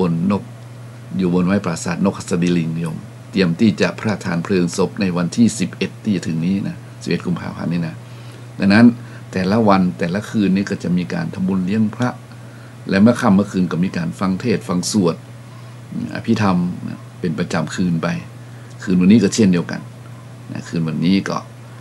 ญาติโยมไปฟังเทศฟังธรรมเนาะคืนวันนี้ท่านธรรมจำอภิษจำชื่อเปิ้นมาได้ก็คือท่านพระมหาดวงดร.มหาดวงจันทร์นะรองเจ้าคณะอำเภอแม่แจ่มกันเนาะวัดปันแหวนนะองค์นี้จะมาเป็นองค์เทศพร้อมคณะสวดนะจากวัดปันแหวนประมาณนี้เพราะฉะนั้นญาติโยมหลายมีโอกาสก็ลองไปเนาะไปทำบุญร่วมทำบุญอนุโมทนาบุญกุศลนะที่วัดโพกน้อยหลังวัดโยมเนาะมีลานกว้างๆอันนี้ก็เป็นการสืบทอดอย่างหลายๆอย่างโดยเฉพาะวัฒนธรรมประเพณีเกี่ยวกับนกหัสดีลิงเนี่ยซึ่งเป็นสัตว์ในวรรณคดีนะโยมมีงวงเหมือนจ้างมีเพิ่นว่านกหัสดีลิงก็คือสัตว์ที่มีเพศเป็นจ้างหัสดีตัวนี้มันก็นกจ้างลิงตัวนี้ก็คือเพศหัสดีลิงคือนกเพศเหมือนจ้างญาติโยมไปดูมีหูมีงวงมีงานะแล้วก็บนหลังนี่ก็บรรทุกนะบรรทุกสรีระร่างกายของผู้มีบุญวาสนาถ้าบ่มีบุญวาสนาบ่ได้นอนบนหลังนกหัสดีลิงนะโยมแล้วก็มีผ้าขึงไว้เป็นผ้าเพดานดูแล้วก็งามอลังการนะแต่ซ่อนความเรียกว่าความจริงไว้ข้างในแต่ก็เป็นสิ่งที่ดีนะไปดูไปทำบุญนะโยมเนี่ยไปนะอันนี้ก็เป็นช่วงที่มีงานตั้งแต่คืนวันที่5มกราคมที่5ที่6วันที่7เนาะที่8ที่9ที่10นะที่11จะเป็นพิธีพระราชทานเพลิงในพี่น้องวัดโพกน้อยได้ยินเสียงก็มาประชาสัมพันธ์นี้ก็คงจะเนาะไปกันบึ้นแต่คืนนี้ก็หลายอยู่ในคืนกันว่าไปนั่งฟังเทศด้วยเนาะดังนั้นก็ขอเชิญญาติโยมเนาะเอาตอนนี้เขาจะช่วงพักสักกรรมเนี่ยตอนนี้ก็ยังบ่รับสายกับโยมเท่านั้นนะเพราะฉะนั้นก็ผู้ใดอยู่ใกล้อยู่อย่างก็ไปกันโยมไปฟังนะไปเรียกว่าไปร่วมนะร่วมบุญร่วมกุศลเนาะไปร่วมบุญร่วมกุศลนี่มันถึงได้บุญได้กุศลโยมร่วมบุญร่วมกุศลก็ได้ยังก็ได้บุญได้กุศลนี่ก็มันก็เอาไปวัดก็ได้บุญเนาะเพราะฉะนั้นก็ขอเชิญญาติโยมนะซึ่งจะอยู่ใกล้อยู่ไกลถ้าว่างก็ไปนะโยมเนาะตอนนี้ก็จะนิยมฟังเพลงนะเพลงดอกไม้คุณธรรมนะเพลงดอกไม้คุณธรรมสักกรรมหนึ่งเนาะเป็นเพลงชุดตีต่อมาว่าเสียงเปิ้นใสนะฟังแล้วมีความสุขนะโยมเนาะเพลงดอกไม้คุณธรรมมันมีชุดกลุ่มแสงเทียนนี่แหละที่เป็นเสียงละอ่อนชุดเดิมๆโยมเนาะก็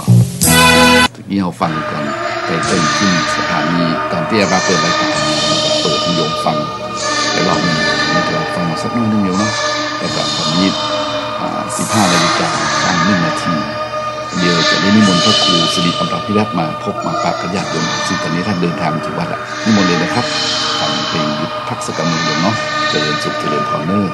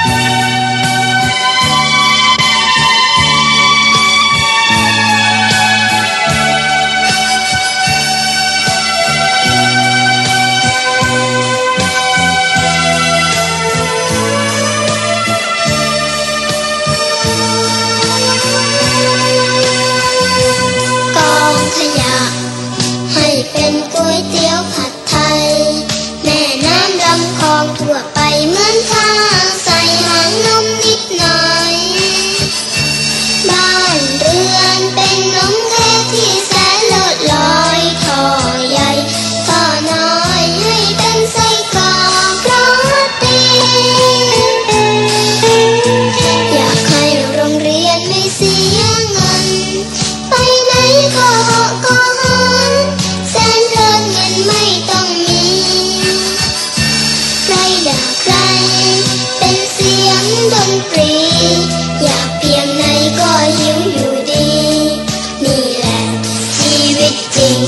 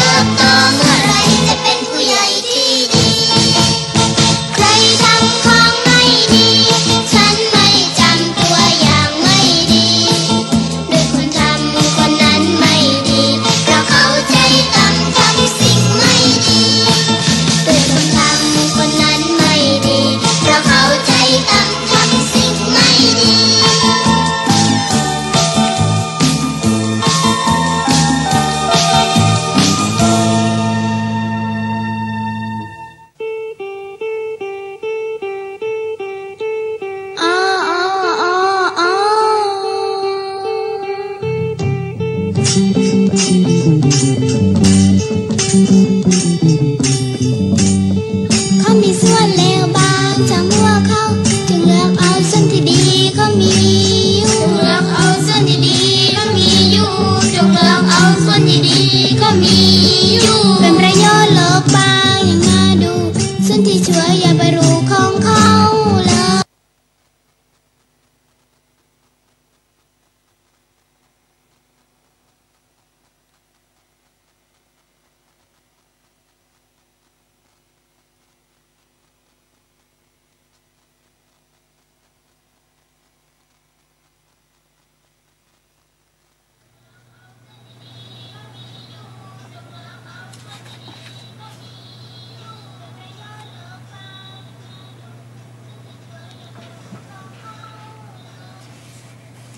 ก็ญาติโยมทั้งหลายได้ฟังเพลงขั้นรายการไปเพลงสุดท้ายนี้หมดจบเตื้อ เพลงนี้เป็นเพลงคติธรรมที่นำภาษิตของหลวงพ่อพุทธทาสมาเป็นทำนองใส่ทำนองเข้าไปว่าเขามีส่วนเลวบ้างช่างหัวเขาจงเลือกเอาประโยชน์จงเลือกเอาสิ่งดีที่เขามีอยู่นะครับเป็นประโยชน์โลกบ้างอย่างน่าดูส่วนที่ชั่วอย่ารู้ของเขาเลยอันนี้เป็นเพลงชุดนี้ครับชุดดอกไม้คุณธรรมนี่นะทีนี้ก็หลวงพ่อเปิ้นประพันธ์ไว้เปิ้นเอามาใส่ทำนองมันก็เลยมีความไพเราะครับฉะนั้นญาติโยมได้ฟังตั้งแต่เจ้ามาแล้วก็ตอนนี้บ่าย3:09 โยมเนาะอาตมาภาพพระครูพระชัยคุณก็ยังอยู่กับท่านทั้งหลายอยู่3:07 นาทีเนาะและตอนนี้พระอาจารย์พระครูสิริอมราภิรัตน์เจ้าวาดวัดอมราภิรารามสันอุ้มก็เดินทางมาถึงพอดีแต่ที่ท่านมีภารกิจเดี๋ยวท่านอย่ามาต่อเรื่องใจเรื่องจิตเรื่องความคิดของคนท่านพระครูสิริอมราภิรัตน์นี่ท่านเป็นผู้มีภูมิรู้ประเรียนธรรม 5-6 ประโยคนี่ก็เป็นผู้สอนนักธรรมมาสอนบาลีมาแต่มาก็มีความเชื่อมั่นในตัวท่านในโอกาสนี้ขอญาติโยมได้สดับธรรมะจากท่านและขอนิมนต์เลยครับนิมนต์ครับครับสาธุครับ นิมนต์เลยครับ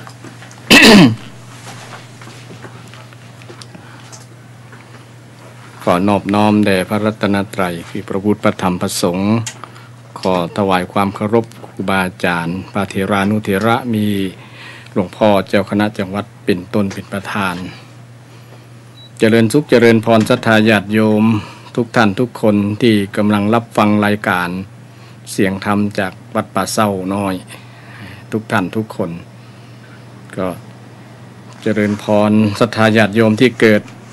วันที่7 กุมภาพันธ์ใครที่เกิดวันที่7 กุมภาพันธ์ก็เจริญพรที่มีความสุข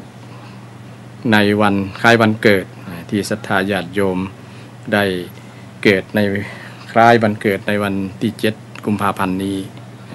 วันนี้อาตมาภาพก็มาปราศรัทธาญาติโยมเช่นเคยเช่นเดิมก็หลังจากหายไปหนึ่งครั้ง1 อาทิตย์1 สัปดาห์ วันนี้ก็มาพบปะกับศรัทธาเช่นเคยก็ใจก็คิดเติงหากูวันพุธนะว่าวันพุธเมื่อใดก็คิดเติงหาทางท่านอาจารย์พระครูประภัสชัยคุณก็ได้บอกข่าวเตือนสติตลอดว่าวันนี้อย่าลืมเน้อประมาณนั้น ก็คิดเติงหาศรัทธาญาติโยมแฟนพันธุ์แท้กันที่ได้ตั้งจิตตั้งใจกันนะรอฟังรายการธรรมะจากวัดชัยสถานอาตมาภาพก็มีความตั้งใจอยากจะมามาจาเกี่ยวกับธรรมะธรรมโมคือศรัทธาญาติโยมได้รับฟังกันเพื่อเป็นการตอบแทนที่ศรัทธาญาติโยมได้อุปถัมภ์ประถากพุทธศาสนาปัตตาศาสนาที่มีคุณกับวัดกับบาทุกท่านทุกคนก็เป็นการตอบแทนแล้วก็เป็นหน้าที่อย่างหนึ่งที่พระสงฆ์ที่จะต้องนำคำสอนมาเผยแผ่คือมาแสดงธรรมให้ศรัทธาญาติโยมหลังจากที่ได้ศึกษาได้เรียนรู้ ได้เข้าใจแล้วก็มาบอกกับศรัทธาญาติโยมต่อเพื่อจะทำให้เกิดประโยชน์กับผู้ฟังอย่างน้อยศรัทธาญาติโยมก็ได้ เป็นกู้เป็นกีมกันได้ฟังธรรมะธรรมโมแล้วก็จะทำให้เกิดความสบายจิตสบายใจบางคนก็ฟังเป็นประจำบ่ขาดนะถึงแม้ว่าจะอยู่ที่ใดก็ติดตามรับฟังกันแม้แต่บางคนก็ฟังในรถในราก็มีเพราะว่าได้ทำการทำงานไปโดยไปทำการทำงานไปธุระอย่างต่างๆก็สามารถฟังในรถในราได้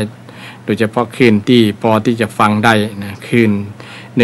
104.5 เมกะเฮิรตซ์วัดไผ่หินนี่ก็ส่งคลื่นธรรมะให้ศรัทธาญาติโยมได้รับฟังกันเพื่อที่จะได้รับฟังคำสอนของพระสัมมาสัมพุทธเจ้า พระธรรมคำสอนของพระพุทธเจ้านั้นก็เป็นคำสอนที่ส่งเสริมให้คนได้ส่วนหนึ่งนั้นก็คือส่งเสริมให้คนได้รู้จักกับความสุขนะพบปะกับความสุขนั่นเองจะถือว่าเป็นสุขนิยมก็ว่าได้นะสุขนิยมเพราะว่าพุทธศาสนานั้นสอนให้คนให้คนรู้จัก คือพ้นจากความทุกข์นะวิธีที่จะทำให้คนพ้นทุกข์ก็คือนำไปสู่ความสุขนั่นเองนะฉะนั้นบาง คำสอนบางข้อบางอย่างเนี่ยก็ชัดเจนที่เกี่ยวกับเรื่องความสุขนะโดยเฉพาะความสุขของชีวิตของคนเฮานะต่างสุขต่างกายต่างใจที่คนเฮาปรารถนาคือเกิดมาแล้วทุกคนเนี่ยปรารถนาความสุขกันทุกคนบอกว่าเป็นความสุขทางกายก็ดีทางใจก็ดีนะแต่ความสุขจะเกิดขึ้นนี้ก็ต้องมีวิธีมีหลักปฏิบัติที่จะทำให้ความสุขนั้นมันมีนะเพราะว่าคนเฮาเนี่ยเกิดมาเจอกับความทุกข์นะเมื่อเจอกับความทุกข์แล้วก็มีวิธีใดที่จะปฏิบัติให้พ้นจากความทุกข์นั้นเพื่อไปหาความสุขโดยเฉพาะความสุขที่เป็นนิรันดร์นั่นก็คือนิพพานนะนิพพานใครที่สามารถปฏิบัติตนให้บรรลุถึงนิพพานได้ผู้คนนั้นก็จะถือว่าบรรลุเป้าหมายของชีวิตแล้วนะคือเป็น เป็นอุดมการณ์ของทางพุทธศาสนาคือนิพพานนะนิพพานก็คือหมดกิเลสหมดความโลภความโกรธความหลงเนี่ยเมื่อหมดความโลภความโกรธความหลงคนก็จะมีความสุขนะในหลักทำคำสอนที่พุทธเจ้าสอนก็คือทำจะได้ขอให้คนนั้นหลุดพ้นจากโทสะโมหะโลภะโทสะโมหะเนี่ยนะฝ่ายที่หลุดพ้นได้นะเป็นอิสระจากสิ่งเหล่านี้ได้คนนั้นก็จะมีความสุขที่คนไหนมีความทุกข์อยู่กับคนนั้นยังบ่หลุดพ้นจากสิ่งเหล่านี้เพราะมัน เป็นเหตุเป็นปัจจัยนะเป็นเหตุเป็นปัจจัยที่จะทำให้นำให้เกิดความทุกข์โลภะโทสะโมหะโมนี้จะทำให้คนมีปัญหามีความทุกข์มีความทุกข์ส่วนสิ่งหนึ่งที่คำสอนพุทธเจ้าที่สอนไว้ให้คนได้พ้นจากคือปฏิบัติเป็นหลักปฏิบัติที่จะส่งเสริมสุขภาพกายสุขภาพใจญาติโยมสุขภาพกายสุขภาพใจจะดีก็ต่อเมื่อ เรายึดหลักคำสอนของพุทธเจ้าเนี่ยลองมาปฏิบัติดูเพราะว่าคำสอนพุทธเจ้าเนี่ยพระองค์ก็บ่ได้บังคับคือคนเราได้ทำโดยต้องพิสูจน์ให้ได้ก่อนถึงค่อยเชื่อค่อยลงมือทำเช่นมีคำสอนหนึ่งที่จะทำให้การบริหารกายบริหารใจเพื่อให้กายให้ใจนี่มันทำให้เกิดคุณงามความดีนะเป็นผลดีเกิดในการดำเนินชีวิตนะการที่จะบริหารกายนั้นมันมีคำหนึ่งนะบริหารกายบริหารใจมันมีคำหนึ่งที่พุทธเจ้าได้สอนไว้คำว่าสังวโรนะ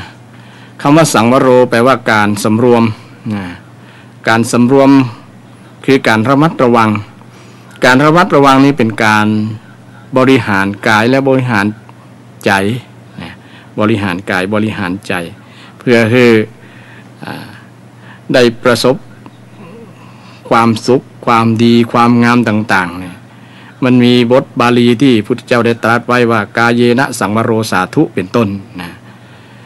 จักขุนาสังวโรสาธุโสเตนะสังวโรสาธุคาเนนะสังวโรสาธุชิวหายะสังวโรสาธุ วาจายะสังวโรสาธุมนัสสาสังวโรสาธุเนี่ยสิ่งเหล่านี้เป็นรวมกันแล้วก็คือสำรวมกายกับสำรวมใจการสำรวมกายสำรวมใจนี่นำไปสู่ความดีงามภาษาบาลีเรียกว่าสาธุแปลว่าดีนะใครทำการสำรวมเนี่ยญาติโยมมันจะนำไปสู่การคุณงามความดียังประโยชน์ให้สำเร็จนะยังคุณงามความดีให้สำเร็จคำว่าสาธุแปลว่าดีละพระพุทธเจ้าตรัสยืนยันคำ สอนเนี่ยนะว่าการสำรวมเนี่ยการสำรวมกายนะสำรวมกายก็มีส่วนย่อยที่ว่าสำรวมตาสำรวมหูสำรวมจมูกสำรวมลิ้นนี่เป็นส่วนของกายเนี่ยนะรวมกันแล้วก็คือสำรวมกาย สำรวมตานะเป็นได้ถึงสำรวมนะ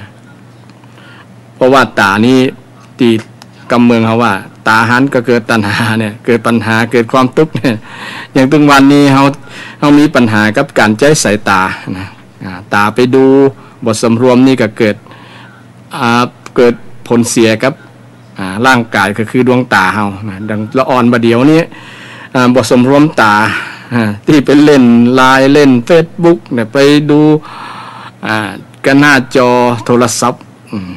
ดูหน้าจอคอมพิวเตอร์อย่างต่างๆเนี่ยก็ส่วนหนึ่งก็เกิดจากบ่ฮู้จักสำรวมบ่ฮู้จักพอประมาณในการดูในการศึกในการเล่นในการอย่างต่างๆนะบ่พอประมาณก็ทำให้ตาเสียเดี๋ยวนี้ใส่แว่นใส่อย่างต่างๆนะตั้งแต่น้อยตั้งแต่อายุน้อยเนี่ยอันนี้ก็เป็นเหตุอย่างหนึ่งว่าบ่ฮู้จักสำรวมตาคน บางคน บางวัฒนธรรมเนี่ยบ่สำรวมตาไปดูแลสามีภรรยาเปิ้นไปดูจ้องตาอย่างประมาณนั้นก็เกิดปัญหาเช่นเดียวกันเพราะว่าบ่สำรวมนะอาจจะมีปัญหาเรื่องการหึงหวงการทะเลาะวิวาทกันเข้าใจกันผิดกันได้เพราะว่าต่างใจสายตาบ่ถูกนะเพราะว่าการที่ใจสายตาบ่ถูกที่มันเป็นที่ตั้งทำให้เกิดโลภะโทสะโมหะเนี่ยเขาก็หลีกเว้นในส่วนนั้นบางครั้งเราดูทีวีญาติโยมดูทีวีเอาตาดูทีวีเนี่ยมันเกิดตุกได้นะดูไปก็โอ้บ่ซบอารมณ์บ่เปิงอกเปิงใจบ่ม่วนใจบ่เข้าท่าประมาณนั้นเนี่ยแสดงว่าตาเขาไปดูในสิ่งที่ทำให้เกิดโทสะหรือว่าเกิดโลภะอยากได้เห็นสิ่งที่มันสวยๆงามๆอย่างนี้เป็นต้นก็แสดงว่าเขาตกในอารมณ์ของความอยากอารมณ์ของความอยากได้มาเป็นเจ้าของนะเพราะว่าตามันหันแล้วก็เกิดตัณหาเกิดความอยากนะโลภะมันครอบงำฉะนั้นปัญหาที่ ความทุกข์จะเกิดนะความทุกข์จะหายก็เกิดมาจากตาเช่นเดียวกันบางคนนี่บ่มีตาก็ตัดปัญหาได้อย่างหนึ่งอาตมาดูสังเกตดูบางคนนี่ตาบอดญาติโยมมีคนหลายคนที่บ่มีดวงตาเนื้อนี่บ่หันนะก็ เขาก็ตัดปัญหาเรื่องการมองเห็นนะทำให้เขาสำรวมไปในโดยอัตโนมัติบ่ต้องดูว่าคนนั้นหล่อคนนี้สวยอันนั้นงามอันนี้บ่งามเนี่ยมันตัดไปนะเรื่องเกี่ยวกับภาพสิ่งต่างๆที่ตามันจะหันก็หันนอกจากจินตนาการเอาว่าอันนั้นจะเป็นจะนี้เนี่ยแต่ก็ตัดปัญหาที่ ที่คนตาบอดบางคนนี่มันทำให้จุดด้อยของตัวเก่าเนี่ยให้เป็นจุดเด่นได้ก็เพราะว่าเอาบอกไปสนใจเรื่องสิ่งที่จะเกี่ยวกับรูปเกี่ยวกับสิ่งที่จะเป็น นามธรรมที่จะหันด้วยตาเนี่ยมันก็บ่มีแล้วนะเพราะว่าคนตาบอดเอาจิตไปรวมอยู่ที่ ที่หูเนี่ยหูก็จะมีบทบาทสำคัญในการคนที่ตาบอดนะหูจะดีจะมีสมาธิดีประมาณนั้นอย่างเช่นคนทางใต้นะชื่อน้องเดียวอย่างประมาณนั้นที่เป็นคนเล่นหนังเจ้าของห้องว่านายหนังตะลุง นายหนังตะลุงเลยเกิดเอา เอาความด้อยของตัวเก่าเนี่ยที่คือบ่มีตามองบ่หันตาพอบ่หันเนี่ยแต่สมาธิมันอยู่ที่หูทำให้มีสมาธิดีกว่าคนที่มีตาเพราะว่าตาหันแล้วก็เกิดอาจิตใจคิดอยากได้คิดโทสะโมหะนะอารมณ์เหล่านั้นจะเกิดกับตาฉะนั้นก็เป็นสิ่งหนึ่งที่จะทำให้เกิดปัญหาได้ถ้าบ่สำรวมต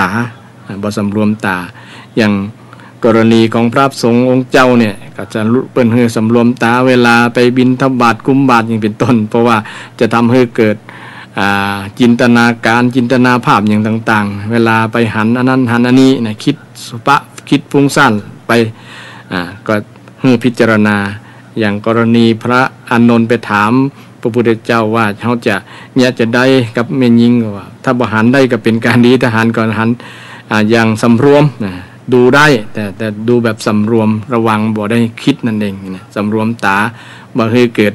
โลภะโทสะโมหะขึ้นในจิตในใจก็จะเป็นการสำรวมก็จะเป็นการดีนะจะทำให้บ่มีปัญหาบ่มีความทุกข์นะถ้าเราสำรวมตานะสำรวมหูนะ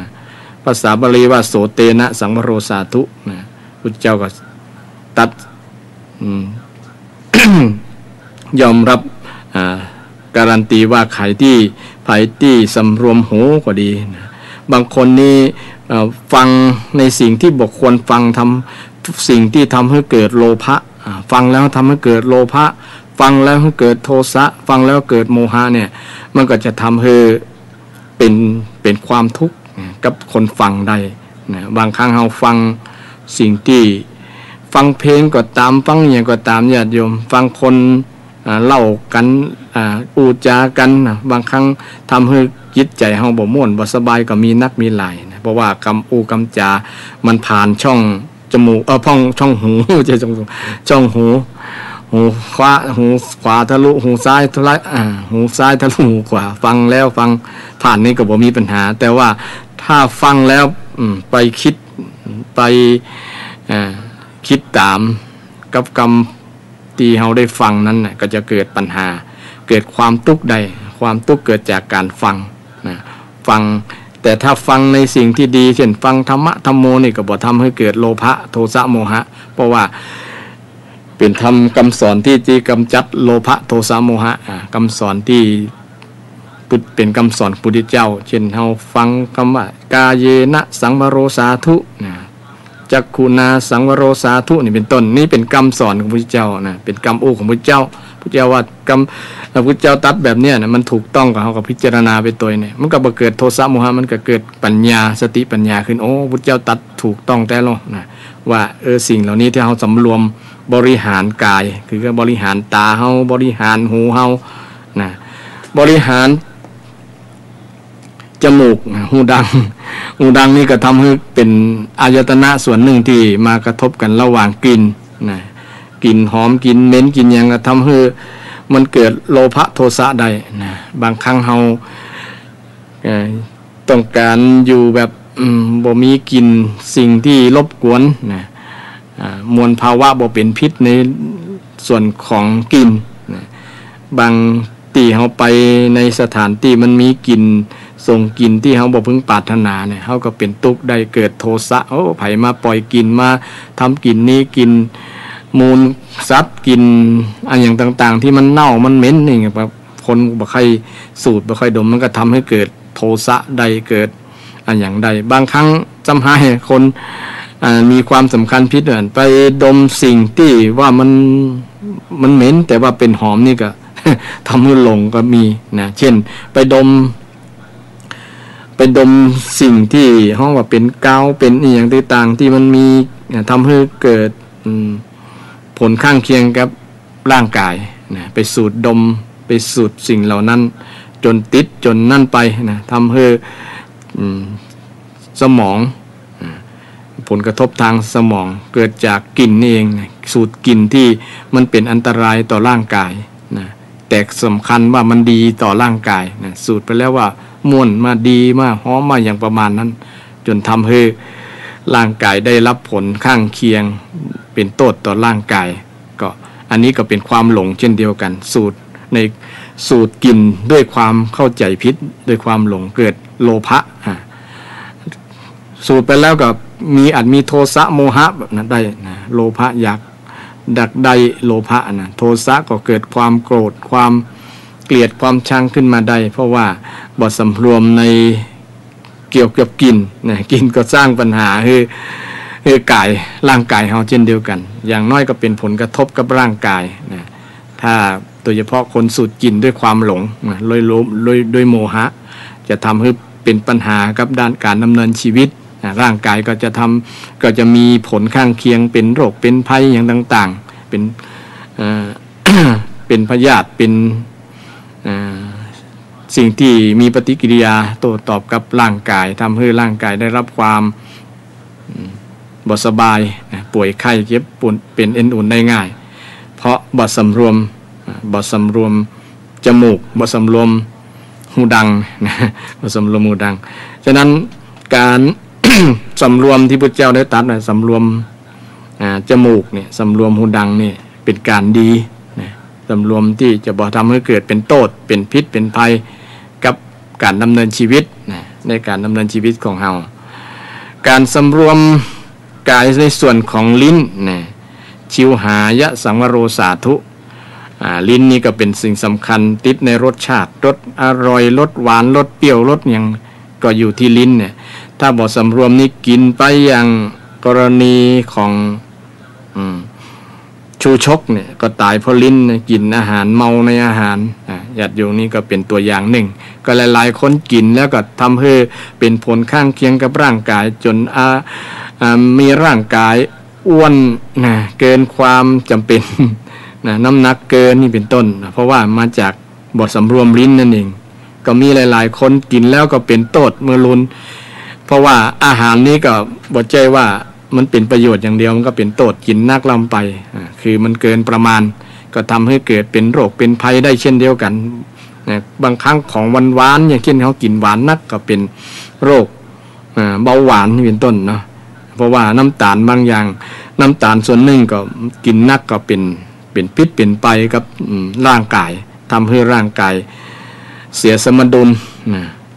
เป็นเบาหวานเป็นอย่างต่างๆไปมานักหลายน้ำตาลในเลือดสูงนี่เป็นต้นนะนี่ส่วนหนึ่งเพราะว่าเราบ่สำรวมลิ้นนะไปติดในรสชาตินะไปติดในรสชาติบ่เน้นเรื่องคุณภาพนะบ่เน้นเรื่องคุณภาพว่าอันนี้กินไปแล้วมันมีคุณค่านะมีคุณค่าอย่างมันทำให้เป็นผลข้างเคียงต่อร่างกายก็กินไปแล้วมันจะเป็นผลกระทบยังมันเกิดยังนะมันไปเสริมมายังร่างกายก็อย่างประมาณนั้นต้องถามนะคนที่สำรวมลิ้นก็ต้องลักษณะนั้นต้องถามตัวเก่าเพราะถ้าบ่สำรวมลิ้นแล้วมันก็จะเป็นปัญหาเป็นทุกข์นั่นเองเนี่ยดังที่กล่าวมาทั้งส่วนของกาย4อย่างคือตาหูจมูกลิ้นเนี่ย4ส่วนนี้ถ้าไผ่รวมได้ก็จะเป็นการดีพุทธเจ้าตรัสว่าสาธุสาธุแปลว่าดียังประโยชน์ให้สำเร็จยังประโยชน์ให้สำเร็จไผ่ที่ทำได้นะระวังตาระวังหูระวังจมูกระวังลิ้นระมัดระวังบ่ฮือมันเกินไปบ่ฮือมันเป็นโทษบ่มีโทสะบ่มีโมหะบ่มีโลภะเกิดขึ้นก็ถือว่าเป็นการสำรวมเราก็ตั้งคำถามกับตัวเก่านะบ่ต้องถามไผละถามเฮาเนี่ยนะเอาพอไปนะมันเนี่ยเป็นทำให้เกิดโลภะก็ทำให้เกิด โทสะก็หาพอแล้วทำให้เขาโกรธก็พอแล้วทำให้เขาหลงมัวเมาก็ฟังแล้วทำให้เขาโลภอยากได้อยากฟังก็ข้างใครก็ฟังแล้วทำให้เขาโกรธก็ฟังแล้วทำให้เขาหลงก็หลงข้างใครบางคนฟังแล้วหลงในเสียงฟังนักร้องคนนั้นคนนี้หลงจริงฟังเพื่อม่วนแต่บอกฟังเพื่อหลงนะฟังเพื่อให้มันเบาสบายนะฟังเพื่อคลายผ่อนคลายบางอย่างฟังเพื่อบางสิ่งบางอย่างฟังเพื่อสมาธิก็มีญาติโยมนะฟังเพลงเป็นธรรมะก็มีแล้วฟังแล้วทำให้จิตมันอยู่กับเพลงนั้นก็เป็นสมาธิได้นะฉะนั้นการสำรวมจึงเป็นสิ่งดีที่พุทธเจ้าได้ตรัสไว้ลองไปพินิจพิจารณาศรัทธาลองพินิจพิจารณาดูว่าพุทธเจ้าตรัสแล้วแล้วถูกต้องก็ที่พุทธเจ้าตรัสไว้เนี่ยไผจะค้านพ่องนะถ้าไผบ่สำรวมคนนั้นก็ถือว่าหาความสำเร็จหาความดีงามยากและจะเป็นทุกข์เป็นโทษกับบุคคลนั้นเป็นปัญหากับบุคคลนั้นที่บ่สำรวมกายคือตาหูจมูกลิ้นต่อไปสำรวมวาจา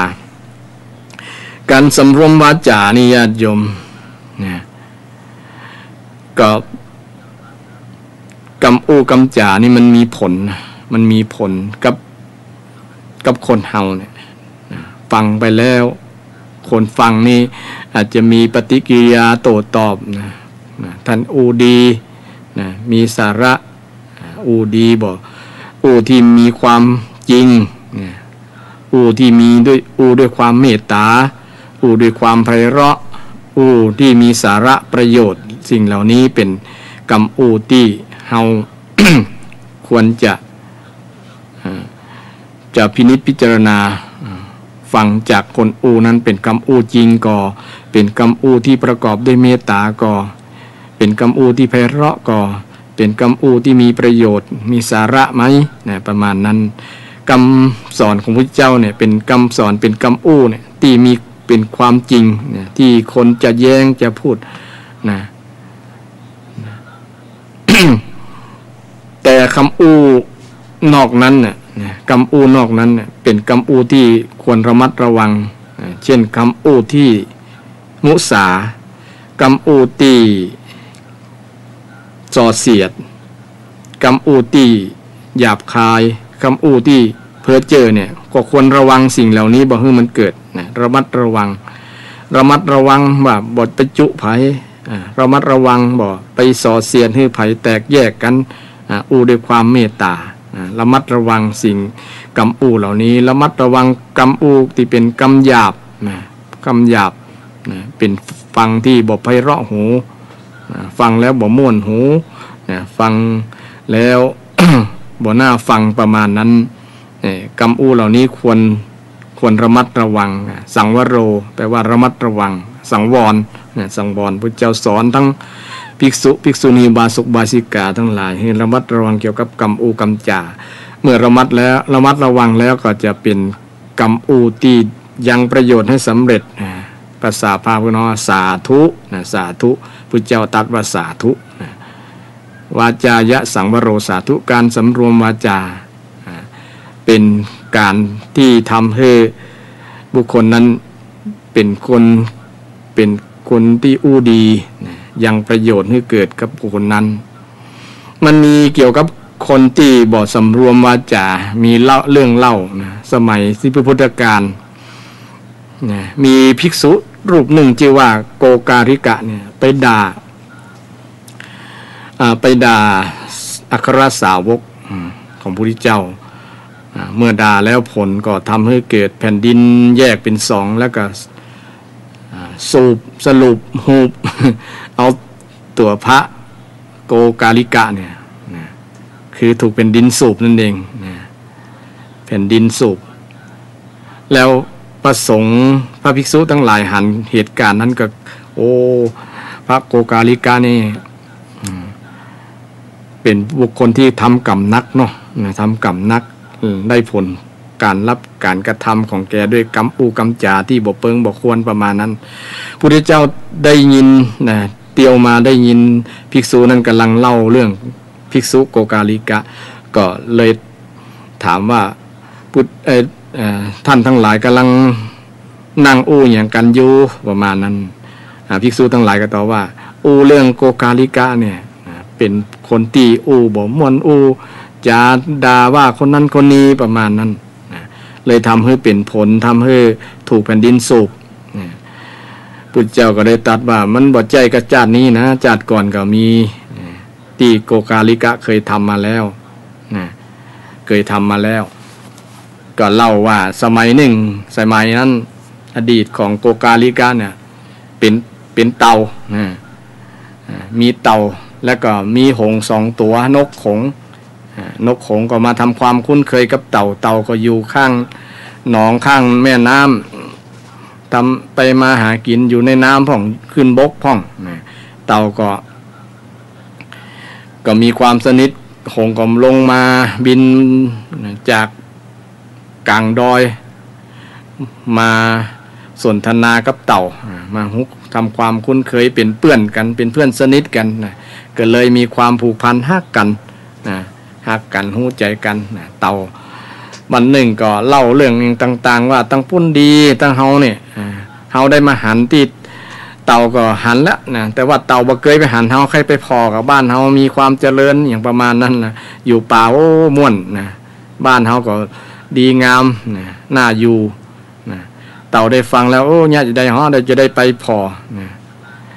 ท่านสัญญากับเฮาได้ก่อหงส์2 ตัวก็ถามว่าท่านสัญญากับเฮาได้ก่อเฮาจะพาท่านไปสัญญากะอันนี้จะได้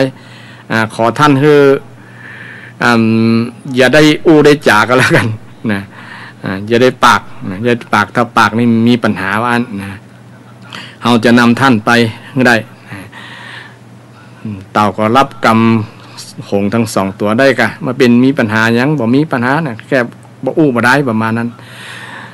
วันที่นัดถึงวันนัดกันหงสองตัวก็ไ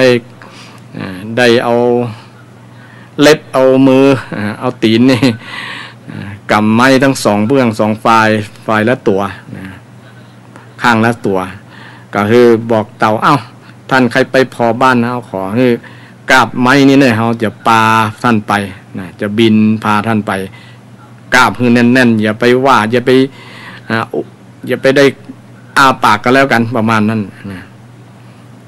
เต่าขอตกลงบ่เป็นยังบ่ต้องกลัวเขาดิเฮามีกำลังกาบนั่น กาบไม้แน่นอยู่แล้วนะขอท่านจะเอาเฮาแป้ก่อ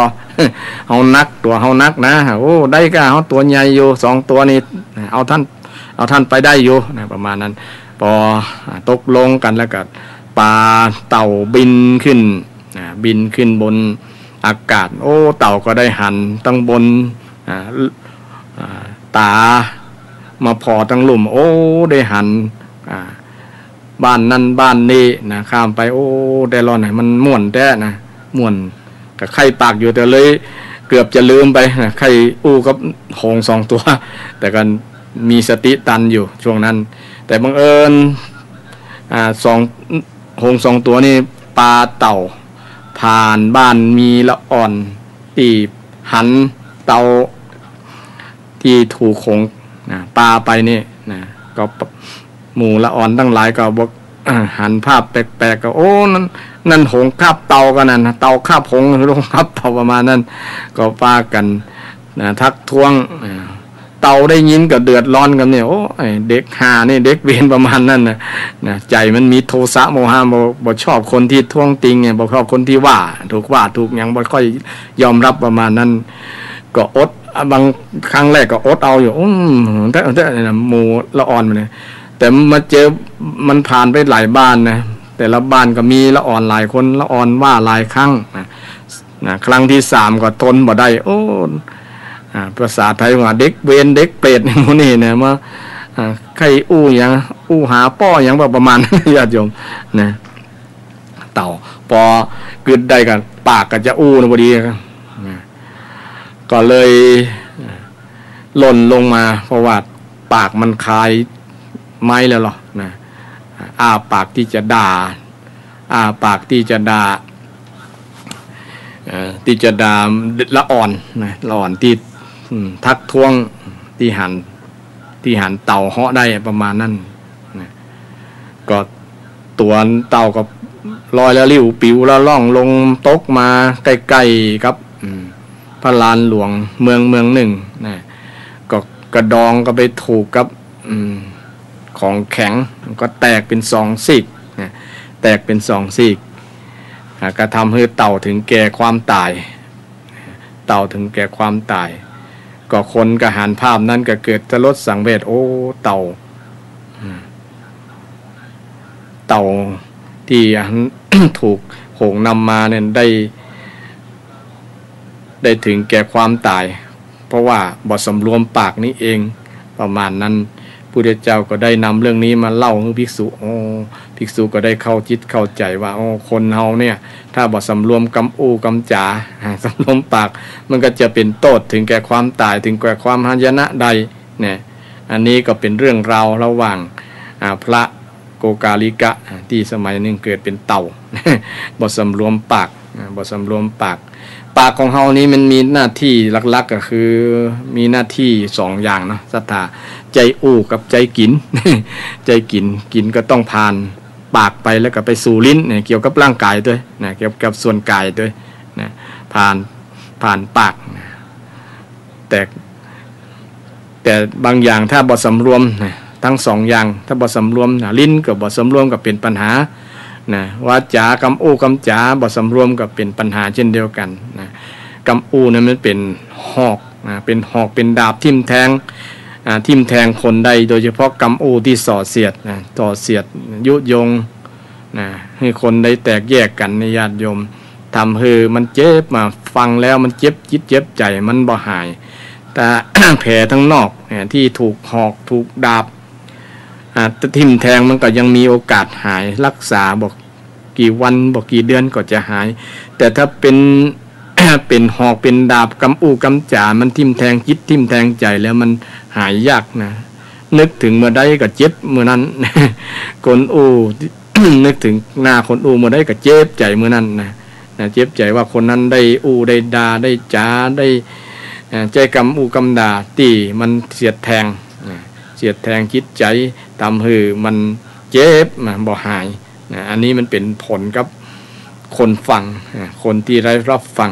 จริงๆคำกำอูนั้นเป็นเสียงเนาะญาติโยมเป็นเสียงแต่ว่าถ้ามีเสียงนั้นน่ะเสียงมีจื้อเฮาพ่วงอยู่ตัวนะเฮาก็จะอูอย่างอูเล่าเรื่องนินทาเฮากะอย่างประมาณนั้นหรือว่าชื่นชมกะ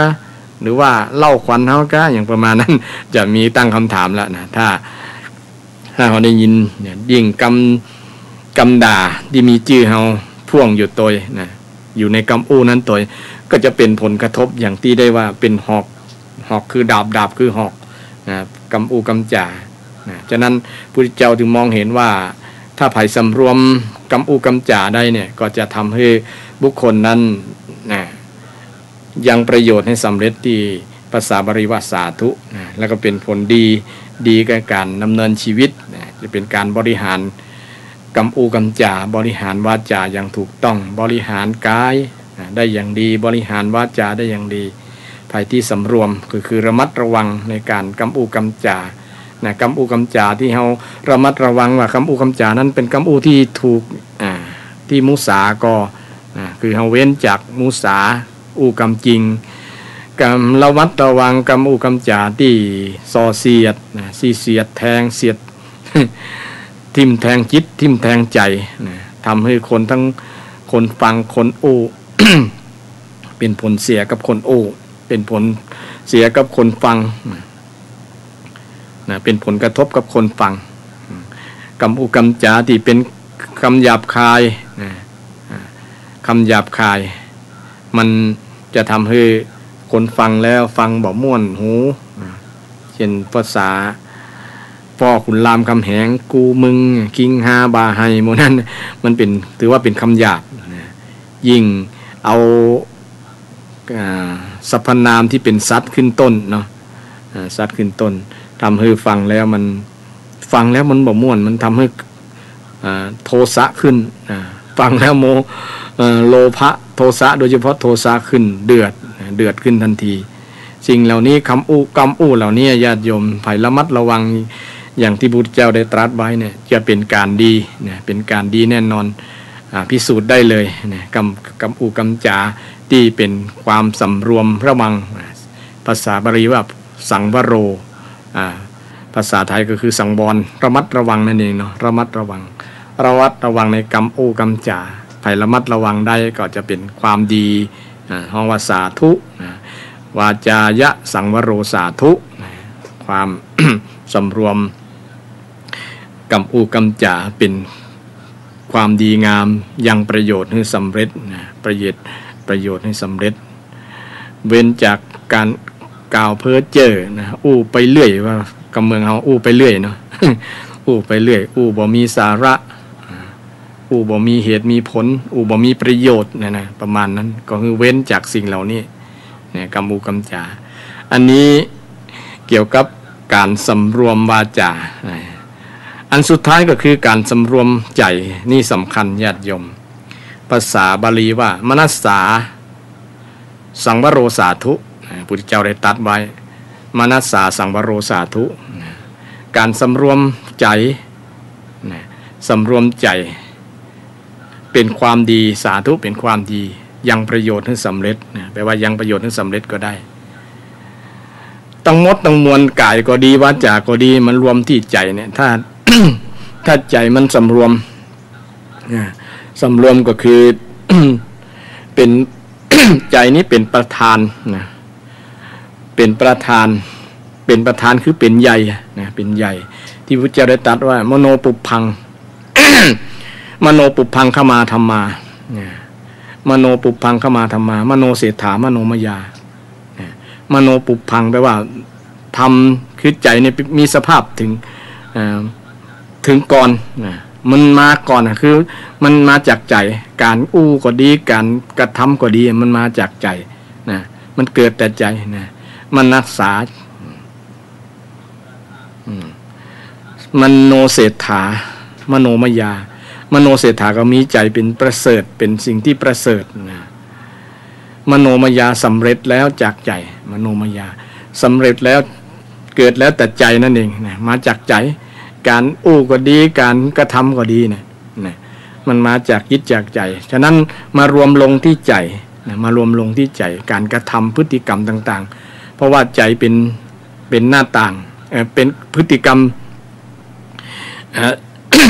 พฤติกรรมต่างๆมันบ่งบอกถึงจิตใจของคนเฮาว่าคนเฮานั้นมีจิตใจจะใดก็อยู่ที่กรรมอู้และการกระทำนี่เองมันเป็นสิ่งที่บ่งบอกเป็นกระจกส่องให้ฮู้เป็นกระจกส่องให้ฮู้ว่าบุคคลนั้นมีใจเช่นไรนะมีใจเป็นจะใดก็อยู่ที่ใจฉะนั้นการสำรวมใจจึงเป็นสิ่งที่สำคัญที่สุดในบรรดาการสำรวมการระมัดระวังนะระมัดระวังใจนะระมัดระวังใจก็มีเรื่องเล่าเช่นเดียวกันญาติโยมเรื่องของลูกบ่าวของเศรษฐีในเมืองสาวัตถีเนี่ยได้ฟังพระธรรมคำสอนจากพระสัมมาสัมพุทธเจ้าของเราเนี่ยก็เกิดความเลื่อมใสนะเกิดความเลื่อมใสอยากจะทำคุณงามความดีก็วันหนึ่งก็ไปปรึกษาหารือกับตุเจ้ากับพระสงฆ์ที่บวชมาแล้วเนี่ยท่านพระคุณเจ้าผมเนี่ยจะได้ถึงจะได้บุญนักๆแต่ประมาณนั้นนะพระคุณเจ้า ภิกษุนั้นก็ ตอบว่าเอาอีกกับอุบาสกนะอยากได้บุญนักๆก็ทำมันทำทานนักๆมันหือตานนักๆหือตานนักๆลูกชายเศรษฐีลูกบ่าวเศรษฐีนั่นก็ได้ฟังคำแนะนำแล้วก็นำไปประพฤติปฏิบัติก็ได้ไปเหตุทานทำบุญทำทานงานอย่างต่างๆบอกขาดนะงาน ตั้งโรงทานบ้านทำบุญถวายภัตตาหารเจ้าภัตตาหารเพลแก่ภิกษุองค์เนนภัยมาก็ฮือทานกันทั้งนั้นเลยนะบ่ได้ขาดนะงานบุญงานกุศลต่างๆก็ทำไปแล้วรู้สึกว่ามันยังบ่เต็มอกเต็มใจเตื้อก็เลยมาถามตุเจ้าแหมท่านพระคุณเจ้าผมเคยได้บุญนักๆกว่านี้มีก็มีกานะท่านรักษาศีลรักษาศีล5เนี่ยรักษาศีล5ได้บุญนักได้บุญนักเพิ่มแฮมก็ไปรักษาศีลรักษาศีล5บ่ฆ่าสัตว์บ่ลักทรัพย์บ่ประพฤติผิดในกามบ่มุสามดเท็จแล้วก็บ่เสพสิ่งเสพติดสุราเมลัยต่างๆก็งดเว้นได้ก็มีความสบายอกสบายใจม่วนอกม่วนใจก็ยังบ่เต็มอิ่มในบุญเนี่ยก็ปรึกษาตุเจ้าแฮมมาปรึกษาตุเจ้ามาวัดบ่อยๆก็ได้สนทนาธรรมกันแล้วโอ้ผมเนี่ยจะได้บุญนักกว่านี้แฮมเนี่ยบุญนักกว่านี้ตุเจ้าก็เลยแนะนำบวชบดีกานะประมาณนั้นของว่าภาวนาในส่วนของว่าศีลทานศีลภาวนาเนาะภาวนานี้จะมีบุญสูงสุดเนี่ยก็บวชเนี่ยบวชนี่ได้บุญสูงสุดเนี่ยก็มีใจใครบวชก็ไปปรึกษาหารือกับป่อกับเศรษฐีก็ที่แรกก็คัดค้านโอ้ลูกอย่าไปได้ทำบุญทำกุศลทำจิตใจสบายอยู่ที่บ้านเฮาก็ได้ล้อประมาณนั้นนะป่อก็บ่ค่อยหันตัวเพราะว่ามีลูกคนเดียว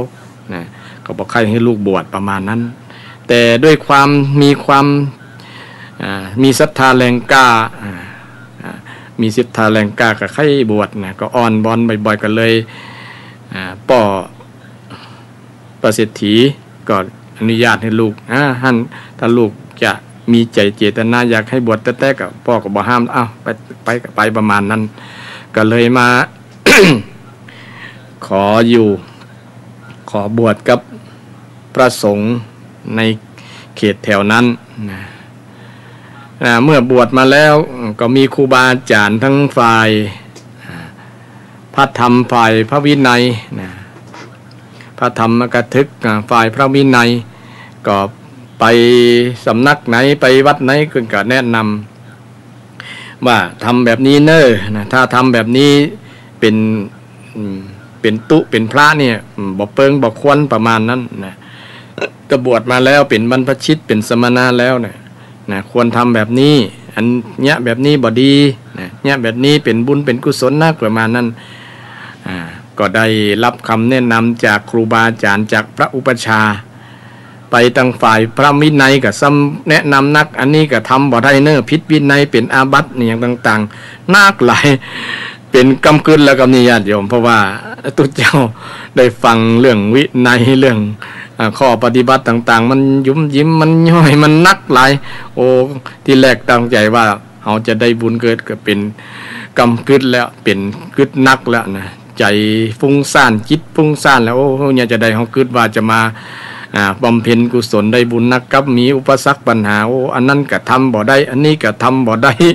โอ้ตายละกับนี่นะใจบ่เป็นสุขบ่ม่วนแล้วบวชมาเอาเฮาคิดพิษเนี่ยกล้ามาบวชนี่ประมาณนั้นนะคิ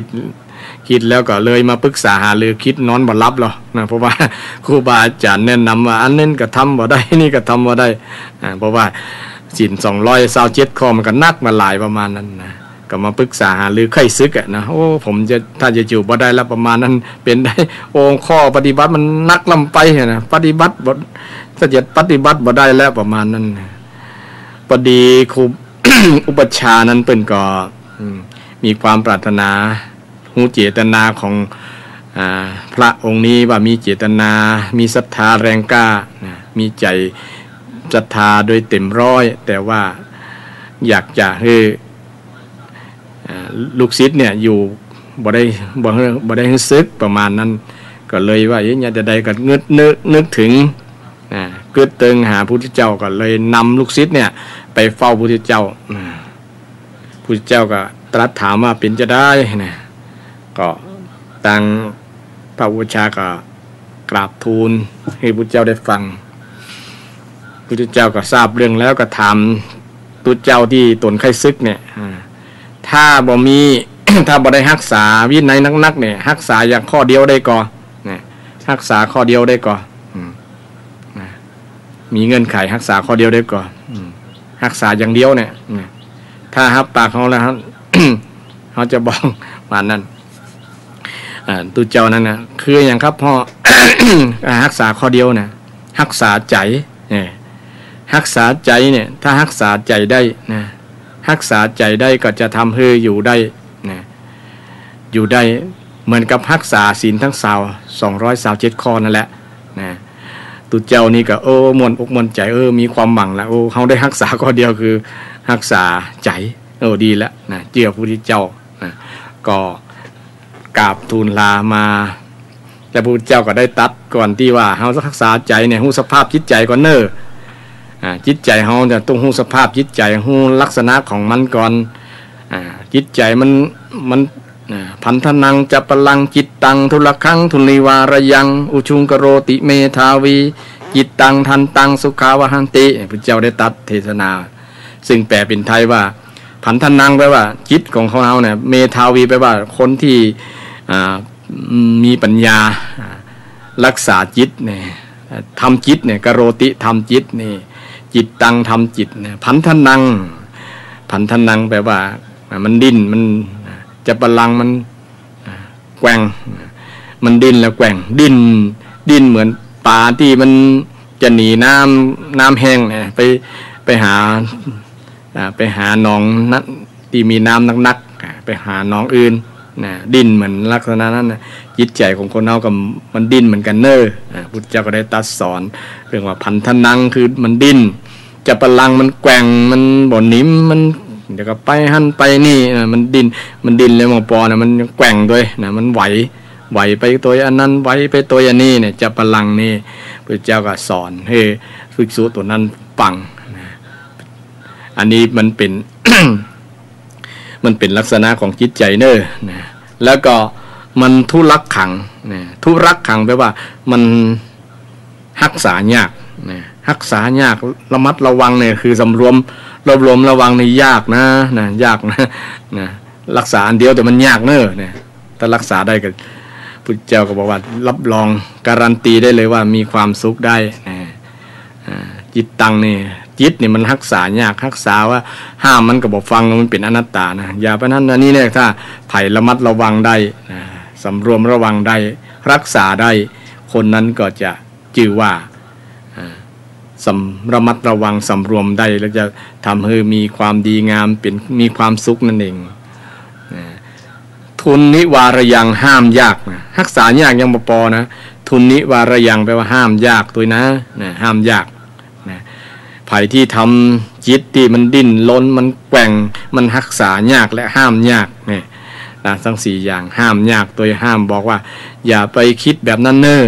อย่าคิดนี่เน้อมันบางครั้งมันเผลอเนาะมันเผลอด้วยสติถ้ามีสติเจริญอยู่ตลอดมันก็บ่เผลอถ้าเผลอไปคิดมันก็ห้ามบางครั้งมันไปโดยกระแสมันไปโดยกระแสของกามารมณ์กระแสของกามารมณ์นี่มันห้ามยากเหลือเกินถ้าห้ามได้ญาติโยมคนนั้นก็สุดยอดนะสุดยอดนี่พุทธเจ้าก็สอนทุกเจ้าว่าระมัดระวังรักษาจิตที่มันดิ้นมันลนมันแกว่งมันรักษายากและมันห้ามยากนี่นะคือตรงเนี่ยอุชุงกโรติอุชุงแปลว่าทำให้ตรงทำจิตที่มันดิ้นมันตรงเนี่ยคือมันตรงคือมันมั่นคงเนาะมันตรงมันบ่ไหวบ่เอียงไปทางนั้นบ่เอียงไปทางนี้มันตรงนะมันซื่อเนาะทำจิตที่มันตรงมันซื่อนี่บุคคลนั้นจะประสบผลความสุขได้นะจิตตังทันตังสุขาวาหังแปลว่าการจิตที่ฝึกไว้แล้วเนี่ยฝึกด้วยการทำจิตทรมานจิตเนี่ยทรมานจิตเนี่ยทันตังแปลว่าทรมานนะจิตที่ทรมานคือทำอย่าไปตัวใจมันนัก อย่าไปตัวใจอย่าไปตัวจิตนักนะตัวความที่จิตมันไปในกามารมณ์ต่างๆนะไปในรูปรสกลิ่นเสียงต่างๆนะไปฝืนจิตฝืนใจได้คนนั้นก็จะพบกับความสุขพุทธเจ้าตรัสไว้ญาติโยมจิตตังทันตังสุขาวหังอันนี้พุทธเจ้าตรัสสอนภิกษุรูปที่ไข้ซึกเนี่ยเพราะว่ารู้สึกว่าบวชมาแล้วมันยุ่มยิ้มวินัยมันนักเหลือเกินนะพุทธเจ้าก็แนะนำว่ารักษาจิตอย่างเดียวแต่ว่าการรักษาจิตเนี่ยมันรักษายากนะอันเดียวก็รักษาอย่างเดียวก็จริงแต่ว่ารักษายากแล้วมันระวังธรรมชาติของจิตเด้อมันแกว่งมันดิ้นมันล้นมันแกว่งแล้วมันรักษายากแล้วก็ห้ามยากห้ามยากไปห้ามนี่ได้ก็จะทำให้บุคคลนั้นเป็นเมธาวีเป็นนักปราชญ์เป็นผู้มีสติปัญญาเมธาวีผู้ที่มีปัญญาเนี่ยมีพระพุทธเจ้าเป็นต้นเนี่ยที่ทำจิตให้มันดิ้นมันล้นมันวัดแกว่งมันไหวมันรักษายากมันห้ามยากเนี่ยคือตรงได้จิตที่ฝึกดีแล้วเนี่ยจะเป็นเหตุนำมาซึ่งความสุขขาวหังจิตตังทันตังสุขขาวหังแล้วก็มีเหมบทหนึ่งพุทธเจ้าก็ได้ตรัสว่าสุทุตตุสังสุนิปุนังยัตถกามะนิปาตินังจิตตังรักเขถะเมธาวีจิตตังคุตตังสุขขาวหังซึ่งแปลเป็นภาษาไทยก็ว่าเมธาวีก็คนมีปัญญานี่พึงรักษาจิตใจจิตตังแปลว่ารักษารักเขถะรักษาจิตพึงรักษาจิตใจเนี่ยสุทุตทัสสังเนี่ยมันหันยากเนี่ยมันเป็นนามธรรมจิตเนี่ยมันเป็นนามธรรมมันคนเฮาถ้าบอกพิจารณาแท้ๆจะบ่หันจิตใจตัวเก่าว่าจิตมีโลภะโทสะโมหะกอประมาณนั้นน่ะมันหันได้ยากนะถ้ามันเป็นตัวเป็นตนมันเป็นนามธรรมนี่จะหันได้ยากมันมาเหมือนกับเสือกับจ้างนี่เนาะจะหันยากแต่ว่าจิตใจของเรามันอยู่กับกายเนี่ยแต่ว่าบ่มีไผหันนอกจากจิตจะหันจิตนี่เนี่ยจิตจะหันจิตคือดูวิปัสสนาต้องใช้หลักวิชาวิปัสสนาถึงจะหันที่มันหันได้ยากไผก็ตามที่รักษาจิตที่มันหันได้ยากสุนิปุนังนี่มันละเอียดอ่อนเนอะละเอียดอ่อนสุนิปุนังละเอียดอ่อนยัตถกามะนิปาตินังมันไหลไปโดยกามารมณ์นะมันไหลไปโดยกามารมณ์คือรูปรสกลิ่นเสียงจิตมันไปโดยตาโดยหูโดยจมูกโดยลิ้นนะมันไปโดยหาญาติโยมนะมันไปโดยกามารมณ์ที่เกิดอารมณ์ที่น่าใคร่นะอารมณ์ที่น่าใคร่ใครได้ใครมีใครเป็นอย่างประมาณนั้นนะจิตมันไปตัวหั่นนะมันไปไหลไปตัวนะเนี่ยใครรักษาได้คนนั้นก็จะมีความสุขจิตตังคุตตังสุขาวหัง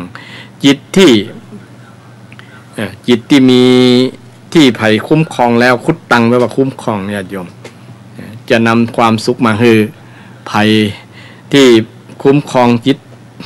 คุ้มครองใจตัวเก่าได้คนนั้นก็จะมีความสุขอันนี้เป็นหลักการบริหารนะบริหารใจญาติโยมพระพุทธเจ้าก็สอนให้สำรวมจิตเนี่ยที่มีลักษณะดังที่กล่าวมานะมันดิ้นมันรนมันกวัดแกว่งมันรักษายากมันห้ามยากนะมันหันได้ยากนะแล้วก็มีความละเอียดเหลือเกินนะแล้วก็ไหลไปโดยกามารมณ์นะแล้วก็บ่มีร่างกายแล้วอสรีลังคูหาสยังเนี่ยมีถ้ำคืออากายนี้เป็นที่อาศัยนะมีกายจิตนี่เป็นตัวที่มีอำนาจแต่ภัยจะหันนี่หันยากเลยหันยากที่พุทธเจ้าว่าสุทุตทัสสังเนี่ยหันยากหันดีได้ยากนะหันดีนะสุแปลว่าดีนะหันยากด้วยดีหันดีได้ยากหันดียากนะสุทุตทัสสังฉะนั้นใครที่สำรวมจิตได้นะสำรวมจิตได้ก็จะพ้นจากบ่วงมารเป็นมานะพุทธเจ้าก็ว่าตัดไว้ว่าเยจิตตังสัญญเมตสันติโมกขันติมาลพันธนานี่พุทธเจ้าได้ตรัสว่าภัยที่ชนเราใดที่สำรวมจิตนี่สัญญเมตสันติสำรวมจิตโมกขันติย่อมหลุดพ้นจากบ่วงมารมาระพันธนาบ่วงมารนะจะพ้นบ่วงมารมารนี่คือกิเลสมารนะกิเลสมารนี้เป็นศัตรูร้ายกาจของคนเฮาที่คนเฮาบริหารใจนะพัฒนาจิตใจบ่ได้นะญาติโยมก็เพราะไอเนี้ยมันเป็นอุปสรรคคือกิเลสเนี่ยนะกิเลสมารเนี่ยกิเลสที่เกิดจากการได้ดูก็ดีได้ฟังก็ดีนะได้สูดกินได้ลิ้มรสเนี่ยสิ่งเหล่านี้มันมาจากมันทำให้เกิดกิเลสนะทำให้เกิดกิเลสแล้วเป็นเหตุทำให้เฮามีความทุกข์มีความทุกข์ความมีปัญหาต่างๆในการดำเนินชีวิตฉะนั้นถ้าเรามาพิจารณาคำสอนของพระสัมมาสัมพุทธเจ้าที่คือสำรวมนี่ก็คือการบริหารกายบริหารใจของเรานั่นเองบริหารกายบริหารวาจาบริหารใจทั้ง3ด้าน3ส่วนนี้ก็จะทำให้เราเนี่ยเป็นบุคคลที่ทำดีนะทำความดีนะบ่มีโทษบ่มีภัยมีแต่ประโยชน์นะบ่มีประโยชน์บ่มีอุปสรรคปัญหาในการดำเนินชีวิตเพราะเฮาสำรวมระมัดระวังนะอย่างอุปมาประไมยเหมือนครับสำรวมการไปทำงานจะมีการขับรถขับลานะใจรถใจลาก็เฮาสำรวมนะสำรวมคือระมัดระวังโดยมีสติขับรถขับลาบอกขับด้วยความลาสาประมาทด้วยความเร็วด้วยความคิดเลินเล่อคิดต่างๆคิดเลื่อยเปื่อยคณะขับรถเนี่ยคือบ่ระวังบ่ระมัดระวังจะทำให้เกิดปัญหาเกิดการอุบัติเหตุขึ้นได้ทุกขณะทุกนาทีอันนี้ก็เป็นตัวอย่างหนึ่งที่ของการบ่สำรวมระวังในการใช้ชีวิตฉันใดก็ฉะนั้นการบ่สำรวมกายการบ่สำรวมกายด้วยการดูก็ดีด้วยการฟังก็ดีด้วยการสูดกินด้วยการริมรสจากรสอาหารต่างๆเนี่ยก็จะทำให้เกิดปัญหาตัวมานักเพราะว่าสิ่งต่างๆมันเกิดจากตัวเฮาเนี่ยญาติโยมเกิดจากการสัมผัสอายตนะภายในภายนอกสัมผัสกันแล้วนะสัมผัสตาสัมผัสกับรูปนะหันรูปผู้หญิงรูปผู้ชายรูปอันนั้นรูปอันนี้มันก็เมื่อตาหันแล้วมันก็ส่งมาสู่ใจก็พิจารณาเขามโนไปตัววันนั้นนะภาษาใหม่เขามโนจินตนาการไปตัวนะโอ้อันนี้งามอันนี้บอกงามอะไรแบบนั้นถ้าว่างามนี่ก็เริ่มจะชอบแล้วก็ชอบไปก็เกิดหลงละนะหลงในสิ่งที่ ตัวตามันหัน ตาหันอยากได้นะอันนี้งามอันนั้นบ่งามถ้าบ่งามนี่ก็เกิดปฏิฆะก็คือบ่ชอบต่อไปก็เกิดความโกรธเนี่ยโลภกับโกรธนี่มันก็เป็นกิเลสนะเป็นกิเลสทำให้ใจมัน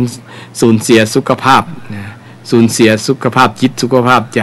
มันทำลายจิตใจนะทำลายจิตใจหูได้ยินเสียงนะฟังม่วนนะประมาณนั้นม่วนเนี่ยม่วนไปแล้วก็เกิดอาจจะเกิดโมหะหลงในเสียงนั้นนะก็จะเป็นกิเลสมาละเราอย่าฟังเพราะทำให้มันหลงนะฟังเพราะเอาสาระประโยชน์นะเช่นเราฟังเทศฟังธรรมเนี่ยเราไม่ได้ฟังเพราะด้วยความหลงนะว่าตัวเจ้าตัวนั้นม่วนนะหวานอย่างประมาณนั้นเนาะมันก็จะเป็นความหลงไปมันจะเกิดกิเลสเป็นโทษทั้งละแต่เราฟังด้วยสาระเนื้อหาสาระแต่ฟังอย่างตัวเจ้าบางตนอาจจะฟังเทศบ่ม่วนเทศเสียงบ่เพราะบ่อย่างประมาณก็จะเกิดโทสะบ่ชอบใจนะบ่ชอบใจอันก็จะเป็นกิเลสทั้งละนะเพราะเกิดจากการบ่ระมัดระวังในการฟังนะการฟังที่ดีคือฟังนึกเสมอว่าบ่ฮือโลภะบ่ฮือโทสะบ่ฮือโมหะมันเกิดถามตัวเฮาถามใจเฮาตลอดเวลาว่าเฮาฟังแล้วมันเกิดโลภะก่อฟังแล้วมันเกิดโทสะฟังแล้วมันเกิดโมหะก่อจากการฟังเกิดจากหูที่เฮาฟังเสียงถ้าฟังไปแล้วมันบ่เกิดสิ่งเหล่านี้ถือว่าเป็นมงคลกับหูเคยมีคนเถียงกันว่ามงคลคืออย่างพ่องนะแต่ก่อนนะเถียงกันว่าคนว่าได้ฟังมีคนหนึ่งบอกว่าได้ฟังสิ่งที่ม่วนๆได้ฟังเสียงนกได้ฟังเสียงน้ำตกได้ฟังเสียงอันนั้นอันนี้เนี่ยเป็นมงคลกับหูถ้าได้ฟังคนด่ากันจะเป็นมงคลก่อนประมาณนั้นนะมีคนแย้งขึ้นมานะก็เล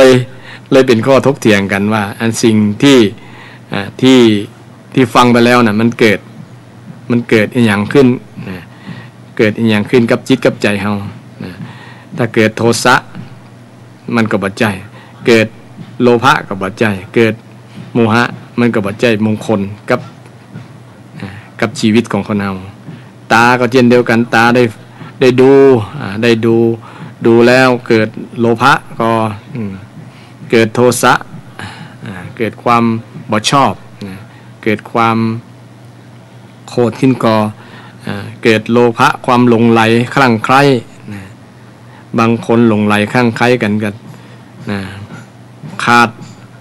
าดสิ่งนี้ไม่ได้ขาดเธอฉัน อยู่ไม่ได้ประมาณนั้นนะเพราะว่าตาชอบในสิ่งในรูปรูปหล่อรูปสวยเป็นต้นนะก็คลั่งไคล้กันเพราะว่าตามันหัน ตามันหันบ่สำรวมตาก็เกิดปัญหาขึ้นมาเกิดความทุกข์ขึ้นมาความทุกข์เกิดจากตาที่บ่สำรวมเพราะเราบ่ได้ศึกษา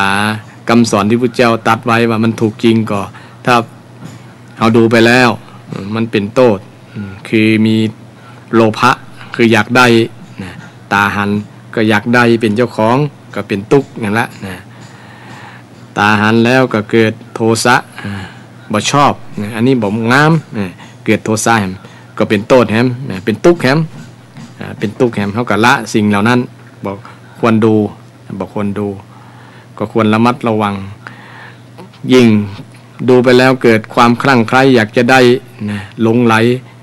สิ่งคนนั้นถ้าบ่ได้หันนี่กินข้าวบ่ล้ำกินน้ำบ่ลงประมาณนั้นถ้าบ่ได้ดูคนนี้ก็ชีวิตก็จะอยู่บ่ได้ประมาณนั้นนะเพราะว่าถึงกับหลงถึงกับคลั่งไคล้ประมาณนั้นนี่ก็เป็น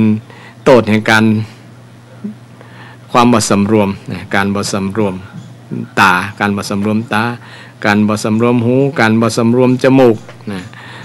โดยเฉพาะกลิ่นบางคนติดในกลิ่นในอย่างต่างๆก็ทำให้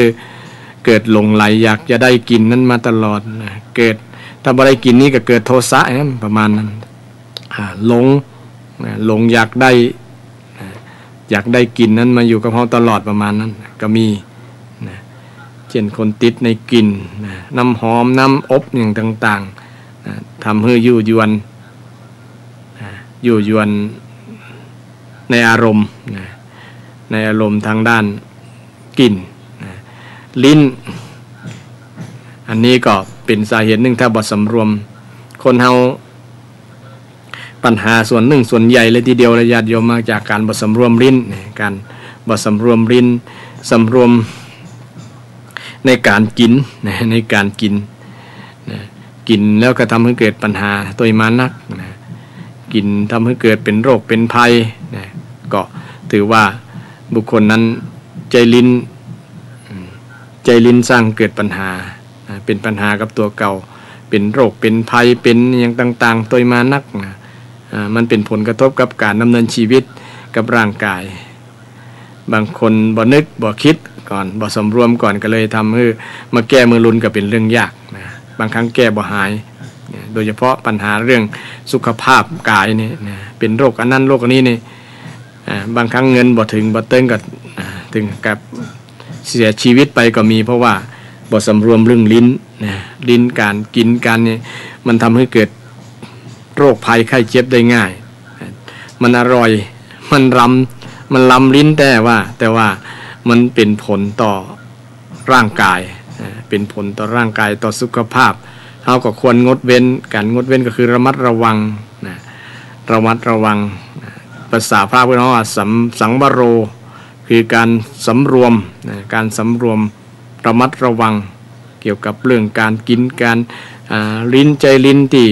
ที่จะทำให้เกิดปัญหากับชีวิตในการดำเนินชีวิตแล้วก็ระมัดระวังสิ่งเหล่านั้นเพราะว่าถ้าหากบ่ระวังแล้วก็จะทำให้เกิดปัญหาตัวมานักการระวังเรื่องกำอูกำจาก็เช่นเดียวกันญาติโยมมันก็เป็นสิ่งสำคัญทั้งนั้นที่พระเจ้าได้ตรัสไว้เนี่ยมันก็เป็นคุณงามความดีถ้าไประวังได้นะบ่ต้องไปซื้อหาคุณงามความดีนี่แค่เพียงระมัดระวังสังวรสังวรระวังกำอูกำจาแต่ก่อนอาตมายังบ่ได้บวชนี้อาตมาไกลอูคิดแล้วอยากอู้เลยก็อู้ก่อนมาก็มีนักมีหลายแล้วก็เป็นผลกระทบต่อกำอู้ของตัวเก่าทำให้คนพิษหัวกันก็มีอย่างก็มีเนี่ยเป็นทำให้แตกแยกสามัคคีก็เพราะกำอู้เนี่ยในตรงนะเพราะว่าเราเอาอารมณ์เราว่านะถ้าเรามาคิดสำรวมก่อนนะครับสำรวมก่อนจะอู้เนี่ยอู้ไปแล้วมันเกิดโทสะก็จะทำให้เกิดโมหะก็โลภะก็ประมาณนั้นนะกำอูนั้นมันจริงก่อกำอูนั้นมันส่อเสียดก่อกำอูมันหยาบคายก่อประมาณนั้นพิจารณาสิ่งเหล่านี้ก็จะทำให้เกิดผลดีกับคนอู้นั้นบอกว่าภัยญาติโยมอันนี้เป็นสิ่งที่เขาจะพิสูจน์คำสอนของพระเจ้าได้อาตมาก็นำธรรมะเกี่ยวกับเรื่องการบริหารกายวาจาใจที่เรียกว่าสังวโรสังวรอู้กับศรัทธาญาติโยมว่าก็ศรัทธาญาติโยมอยากจะมาแสดงความหันกำลังคิดกำลังใจครับทางอาตมาผู้กำลังอู้อยู่นี่ก็เรียนเชิญเจริญพรได้นะตั้งโทรศัพท์เบอร์อย่างของผมจำ053 887 249เนอะญาติโยมพยายามที่นี่เฮาอู้ถึงใจกระปากเนาะครับเนาะครับผมมันวันนั้นมีโยมส่งข้อความให้กับก็จะได้ครับอาจารย์อันมันตรงกับกรรมเก่าที่ว่าเนยเหรออย่าเอาใจไว้ที่ปากเนี่ยโอ้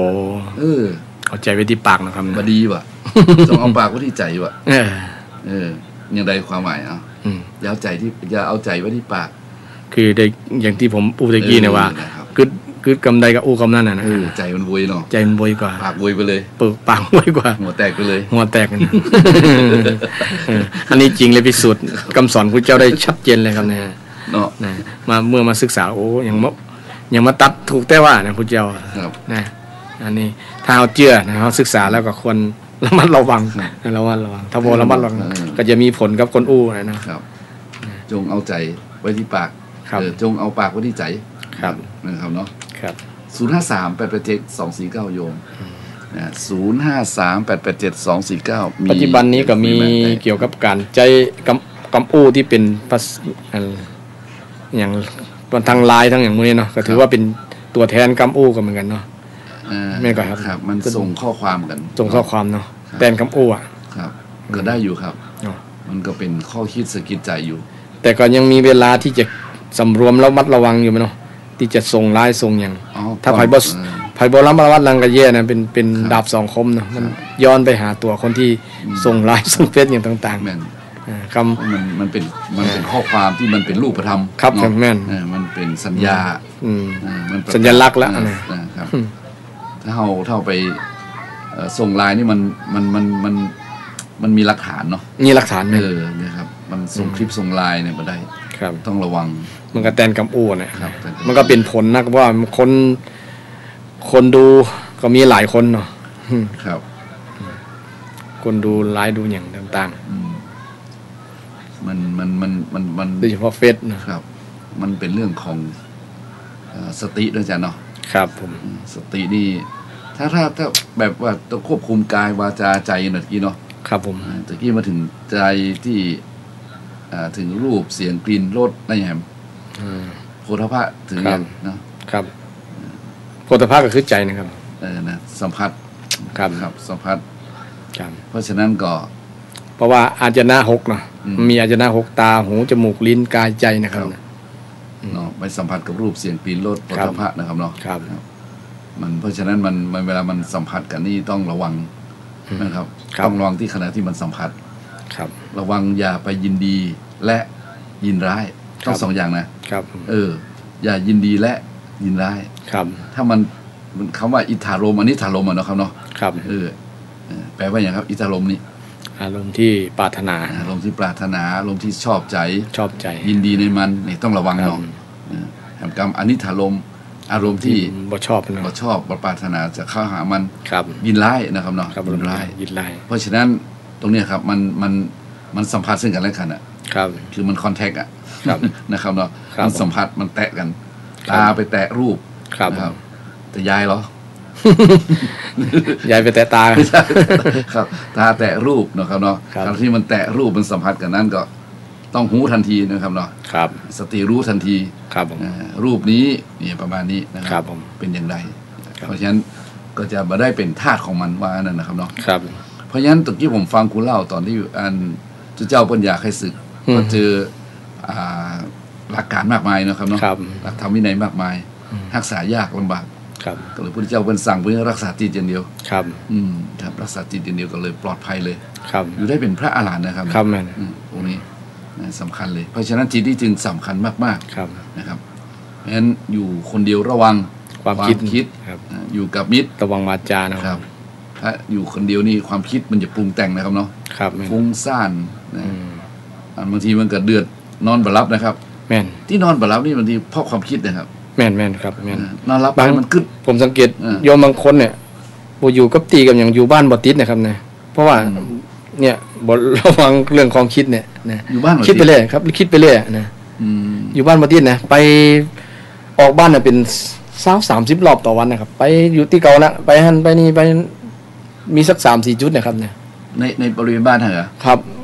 คือเคยไปบ้านไผก็ไปตึกนั้นแล้วก็ปิกนะมาเห็นไปบ้านปิกมาบ้านแล้วก็มานี่เห็นวนไปวนมานะวันคำวัดเป็นเดือนเป็นปีแล้วครับนะเป็นทางพอเพิ่นอ่ะครับเป็นทางพอเพิ่นที่อย่างไรผมเพิ่นอ่ะผมบ่ได้พอแต่ว่ามันหันสังเกตพอ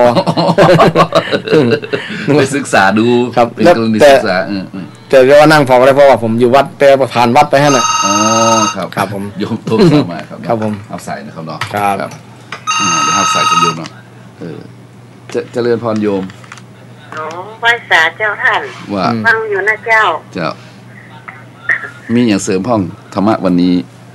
เจ้าธรรมะดีเจ้ามีอย่างเสริมห้องยายเดี๋ยวว่าไปเลยเนาะท่านเนาะมันถ้าทิศมันบดีนว่าไปเลยเนาะ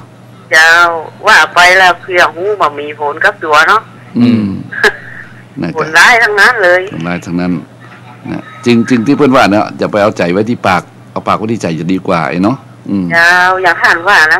อย่างท่านเทศโอ้ดีแต่เจ้าไม่ฟังตลอดเลยอ่ะเจริญพรขอบคุณเน้อที่ฟังไหว้สานะเจ้าเจริญพรอนุโมทนาเน้ออยู่ดีมีสุขเน้อเจ้าเจริญพรโยมเพิ่นก็มาให้กำลังใจท่านพระครูสิริอมรภิรัตน์โอ้ได้ยินเสียงโยมฟังนี่เป็นไงครับมันอบอุ่นครับจะไปยินดีนะ ก็ส่วนหนึ่งก็ยินดีครับยินดีในความดีของโยมที่มีฝักใฝ่ในธรรมะได้ฟังครับแต่ถ้าผมมีไผ่โทรมาแสดงว่าผมมีคนฟังนะก็มันก็จะตาเตว่าเวอย่างประมาณว่าเวตาเตว่าเวตาเตแต่คือว่าหลงเลงประมาณนั้นครับแต่พูดถึงเรื่อง เรื่องจิตกับเรื่องสตินี่ถึงสำคัญนะครับคือเห็นข่าวที่ปัจจุบันนี้เนาะครับเนาะข่าวอย่างครับข่าวอย่างกระจ้างเลยสารพัดข่าวนี่นะครับเกี่ยวกับจิตเนาะครับที่มันเกิดคดีขึ้นมาทั้งหมดทั้งปวงเนี่ยครับเอามาลองมาเทียบดูข่าวกับเหตุการณ์ปัจจุบันเนาะครับมันก็จะรวมลงในการผิดศีล5หมดเลยครับถ้าบ่ฆ่ากันก็ลักขโมยกันผิดสามีภรรยาซึ่งกันและกันโกหกเพ้อเจ้อส่อเสียดนินทาว่าร้ายต่อกันเนี่ยครับเนาะหรือมันก็ดื่มสุรายาเมาขาดสติครับพอมาดูข่าวเหตุการณ์ที่เกิดขึ้นมันก็อยู่รวมลงในการผิดศีล5และผิดศีล5ทั้งหมดนี่ก็ต้องไปรวมลงในที่จิตก่อนล่ะครับแม่นครับผมจิตมันสั่งให้ฆ่าสั่งทำร้ายครับจิตมันเกิดเป็นว่าโกรธจริตอีกนะครับเนาะจิตที่มันเปี่ยมล้นด้วยความโกรธก็อย่างที่กี้ผมยกตัวอย่างบาลีที่พระเจ้าตรัสไปมโนปุพังขมาธรรมานะครับมโนปุพังปุพะแปลว่าก่อนธรรมมีสภาพถึงก่อนคือจิตเนี่ยมันเป็นสภาพถึงก่อนแล้วนะคือมันมาก่อนใจสั่งมาเนาะใจสั่งมามโนเศรษฐาใจประเสริฐอย่างประเสริฐต่อใจมโนมายามันสำเร็จมาจากใจนะครับมโนมายานี่มันครับภาสติวาก็ดีกโรติวาธรรมก็ดีครับมันมาจากจิตครับผมจิตสั่งเนาะจิตถึงก่อนครับผมเพราะฉะนั้นการที่มันเกิดเรียกว่าโลกมันวุ่นวายเดือดร้อนเนี่ยนะครับเนาะเหตุการณ์เป็นข่าวทั้งหลายทั้งปวงเนี่ยครับมันก็มาเกิดมาจากกันเนี่ยครับผิดศีล5เนี่ยมาเทียบแล้วนะครับที่มันผิดศีล5เพราะว่าจิตมันไม่ได้ฝึกได้หัดแม่นนั่นนะครับ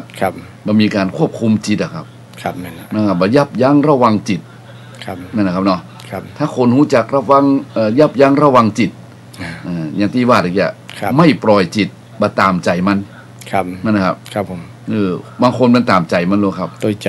ตัวใจจิตตัวใจปากนะครับแต่ธรรมชาติส่วนหนึ่งที่พระเจ้าได้ตรัสว่ายัตถากามานิปาตินังเนี่ยมันตกไปในกระแสของกามารมณ์นะจิตเนี่ยมันถ้าบ่ฝืนมันพองนะบ่ฝืนมันจะไหลไปตัวธรรมชาติของจิตย่อมไหลลงต่ำครับไม่นะครับเหมือนน้ำเหมือนน้ำไหลลงต่ำเพราะมันเป็นความยินดีหรอครับมันถ้ายินดีนี่มันม่วนเนาะมันสนุกสนานมันเพลิดเพลินครับมันก็เลยเดินไปหามันนะครับเพราะฉะนั้นธรรมะของพระเจ้านี่ก็เลยส่วนกระแสไงครับนะครับมันอาจจะทำให้จิตมันคุ้นเคยเสพจนคุ้นเข้าไปนะมันคุ้นเคยกับสิ่งนี้มันก็ไปง่ายนะจิตไปง่ายไปรู้สึกว่าจิตที่มันไม่ได้ฝึกบริหารเนาะแม่นครับจิตมันไม่ได้ฝึกบริหารอย่างบอกพอจิตที่ไม่เกิดปัญญาแม่นนะครับว่ามันก็หมูโทษภัยไงครับไม่นะครับมันก็ไปหลงแล้วเริงยินดีทีนี้ทั้งนั้นโทษภัยไม่ได้เลยครับต้องโทษที่ตัวเก่าอย่างที่ว่าแต่พอดีแต่เจ้าของอู้เรื่องนี้ครับว่าจิตเป็นกุศลและจิตที่เป็นอกุศลนี่นะครับเนาะเราจะรู้ด้วยตัวเองนั่นนะครับมันรู้ด้วยตัวเองพอดีท่านพระครูมาสอดคล้องกันพอดีเลยครับโดยไม่ได้นัดหมายโดยไม่ได้นัดหมายเพราะฉะนั้นมันเป็นเรื่องที่สรุปแล้วก็คือทั้งหมดทั้งปวงนี้อยู่ที่ตัวของเรานั่นเองครับผมนั่นนะครับเนาะแม่นแล้วอยู่ที่ตัวเราและตัวเรานั่นก็อยู่ที่ใจไม่น่าใจของเราเองเพราะฉะนั้นถ้าเราอยากจะมีทุกข์เราก็ปล่อยใจให้เพลิดเพลินแต่กามอารมณ์เมื่อหมกมุ่นมัวเมานะครับดื่มดำครับผมนะครับเนาะดื่มดำครับกามอารมณ์ต่อไปครับเนี่ยมันเลยเกิดความเดือดร้อนขึ้นไงครับในสังคมปัจจุบันนี้เพราะฉะนั้นครูบาอาจารย์เพิ่นจึงเลยรณรงค์ไงครับให้รักษาศีลเตอร์นั่นแหละครับทีนี้ผมว่ารักษาศีลนั่นโอเคเนาะเข้าใจเนาะว่าต้องรักษาธรรมตัวครับนะครับต้องรักษาศีลแล้วก็เบญจศีลเบญจธรรมเบญจศีลเบญจธรรมครับให้อยู่ตามศีลกินตามธรรมอ่ะคนเมืองว่านะครับคือมันต้องควบคู่กันไปนะครับนี่เพราะฉะนั้นนิมนต์ท่านพระครูลองอู้ละเบญจธรรมข้อที่1เนี่ย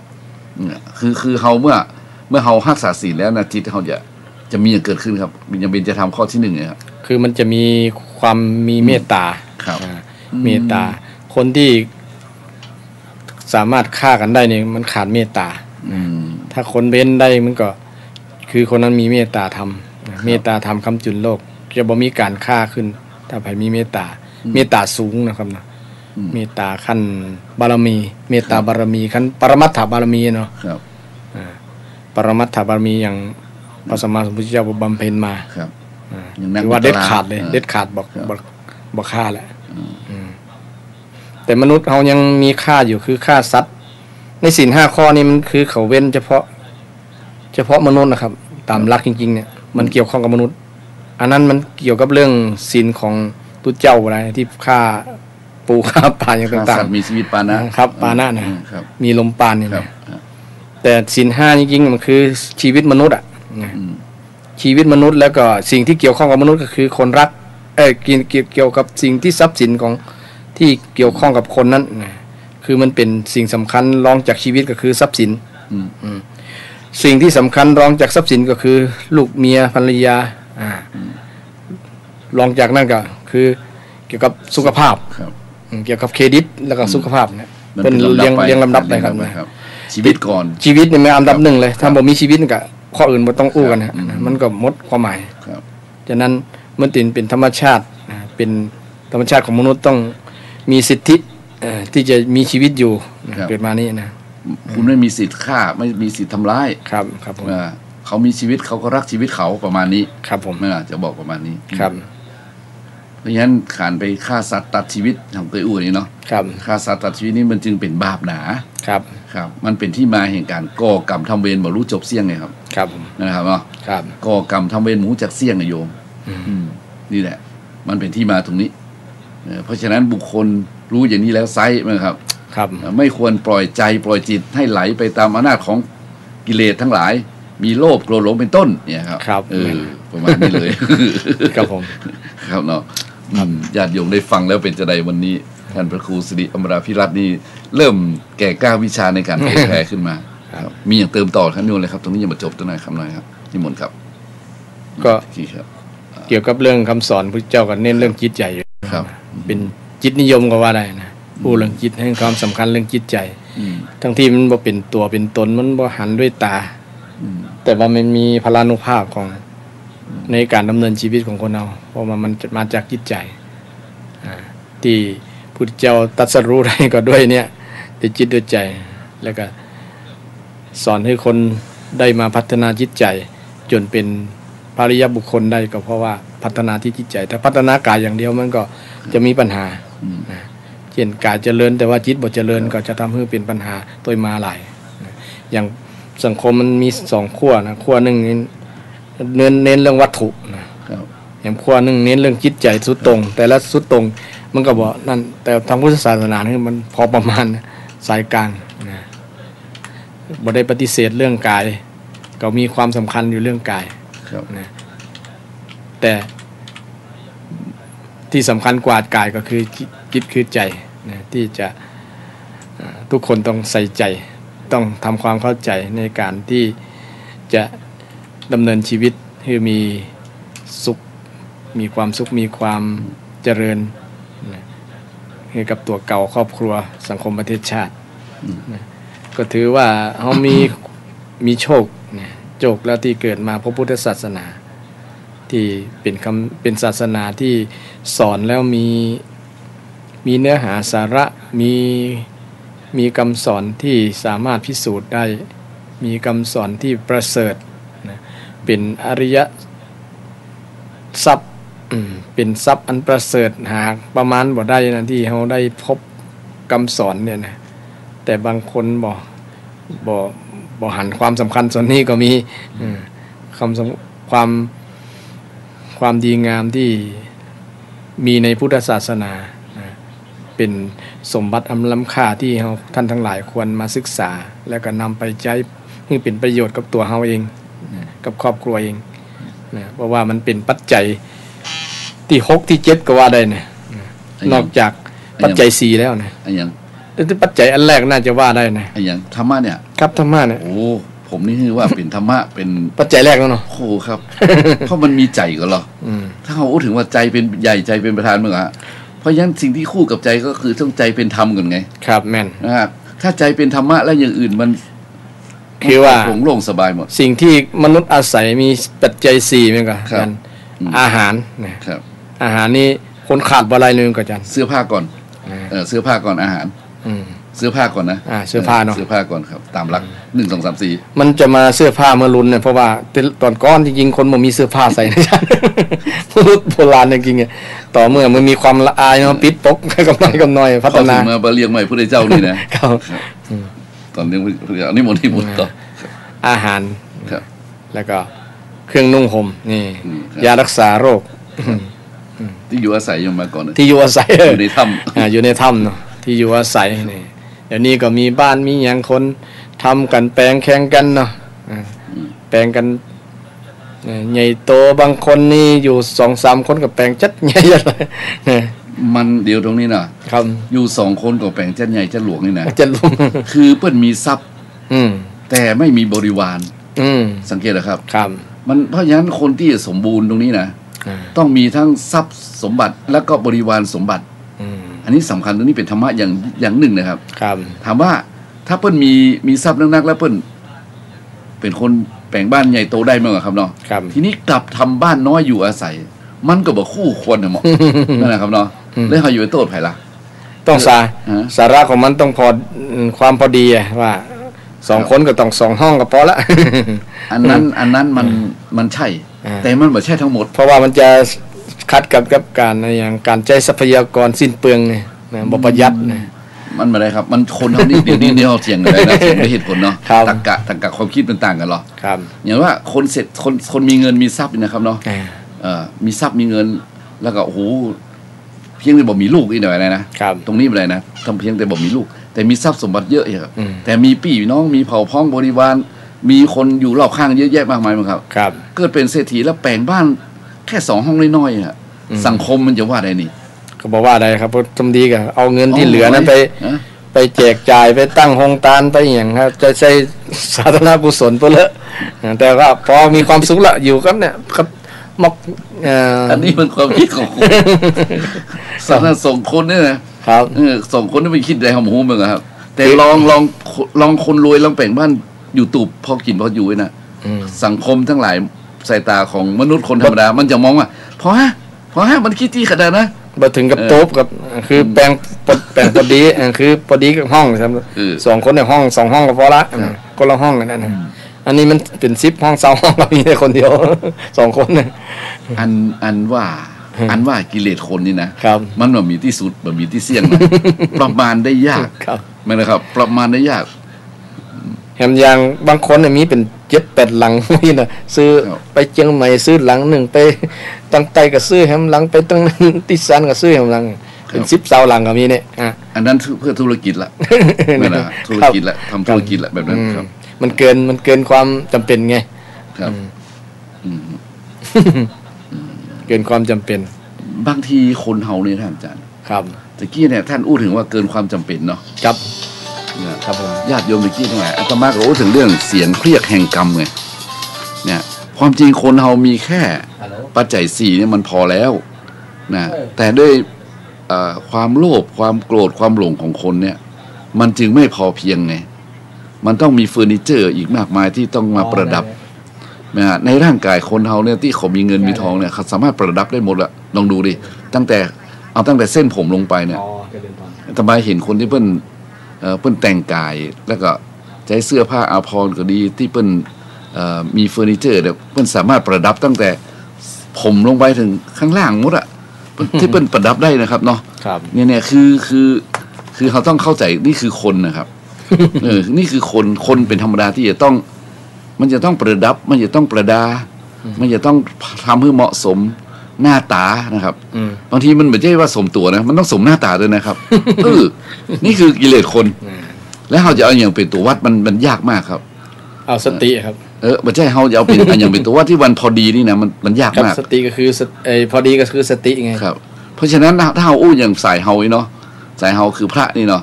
โยมต้องมีสติในการครองเรือนใช่เมื่อฮะแต่ในสังคมของเขาของคนคารวะเนี่ยเช่นยกตัวอย่างที่ว่าสติวัดเนี่ยกินข้าวมักได้พอดีพอดีแน่นมันต้องมันตึงแล้วพอดีถ้าเกินนั่นก็แน่นต้องครับเพราะฉะนั้นนี่ข้อดีของไผ่ของมันครับผมเป็นมัชฌิมาของไผ่ของมันครับบางคนก็กินสองจานก็มีนะครับจานเดียวก็มีแล้วแต่ส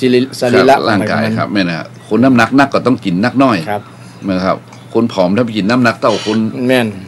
ตุ้ยก็ลำบากละก็คืออยู่ที่สติไงครับมันสติตัวแล้วก็ปัญญาตัวนะครับแล้วก็มันเรื่องนี้มันมองได้มากมายครับมันมองได้มากมายถ้าอู้ถึงด้วยเหตุผลแต่ละคนนี่เหมือนกันนะครับเหมือนกันแต่เขาอู้ถึงว่าความพอดีเนี่ยนะครับมันพอดีของไผ่เนี่ยนะครับอู้ถึงสายกลางนะพอดีของคนยากจนพอดีของคนรวย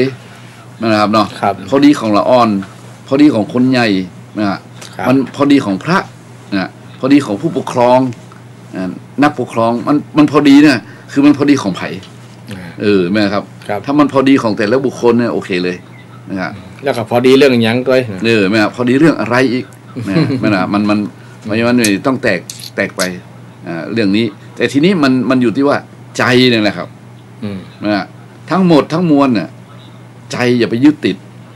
นะครับถ้าพูดถึงนั่นนะฮะถ้ายึดติดเมื่อไรแล้วก็มันเป็นทิฏฐิขึ้นมาเลยเป็นอีโก้เป็นมานะเป็นความทุกข์นะยึดติดเมื่อใดครับนิมนต์ครับเป็นทุกข์อยู่เลยครับนิมนต์ยึดติดเมื่อใดก็เป็นทุกข์เมื่อนั้นก็ไปไหนก็เป็นห่วงหรอยึดติดโอ้อันคือตึงหานั่นทั้งตึงหานี่เพราะว่ามันยึดอยู่แล้วใจมันยึดอยู่ผูกพันใจมันผูกพันครับไปตั้งใดก็เป็นห่วงมีเงินเอาไว้ในบ้านก็แทบกระเจหลายชั้นเหลือเกินกลัวคนจะมางัดเอานะตู้เซฟไว้ในบ้านนี่เป็นต้นเนาะนั่นคือยึดแล้วเนี่ยนั่นแหละเป็นห่วงถ้ามันเป็นห่วงมันเป็นห่วงหมดนะครับคนเท่านี้นะแต่ที่นี่เป็นห่วงแต่เจ้าผมก็เล่าเรื่องเป็นห่วงและยึดติดเนี่ยนะครับ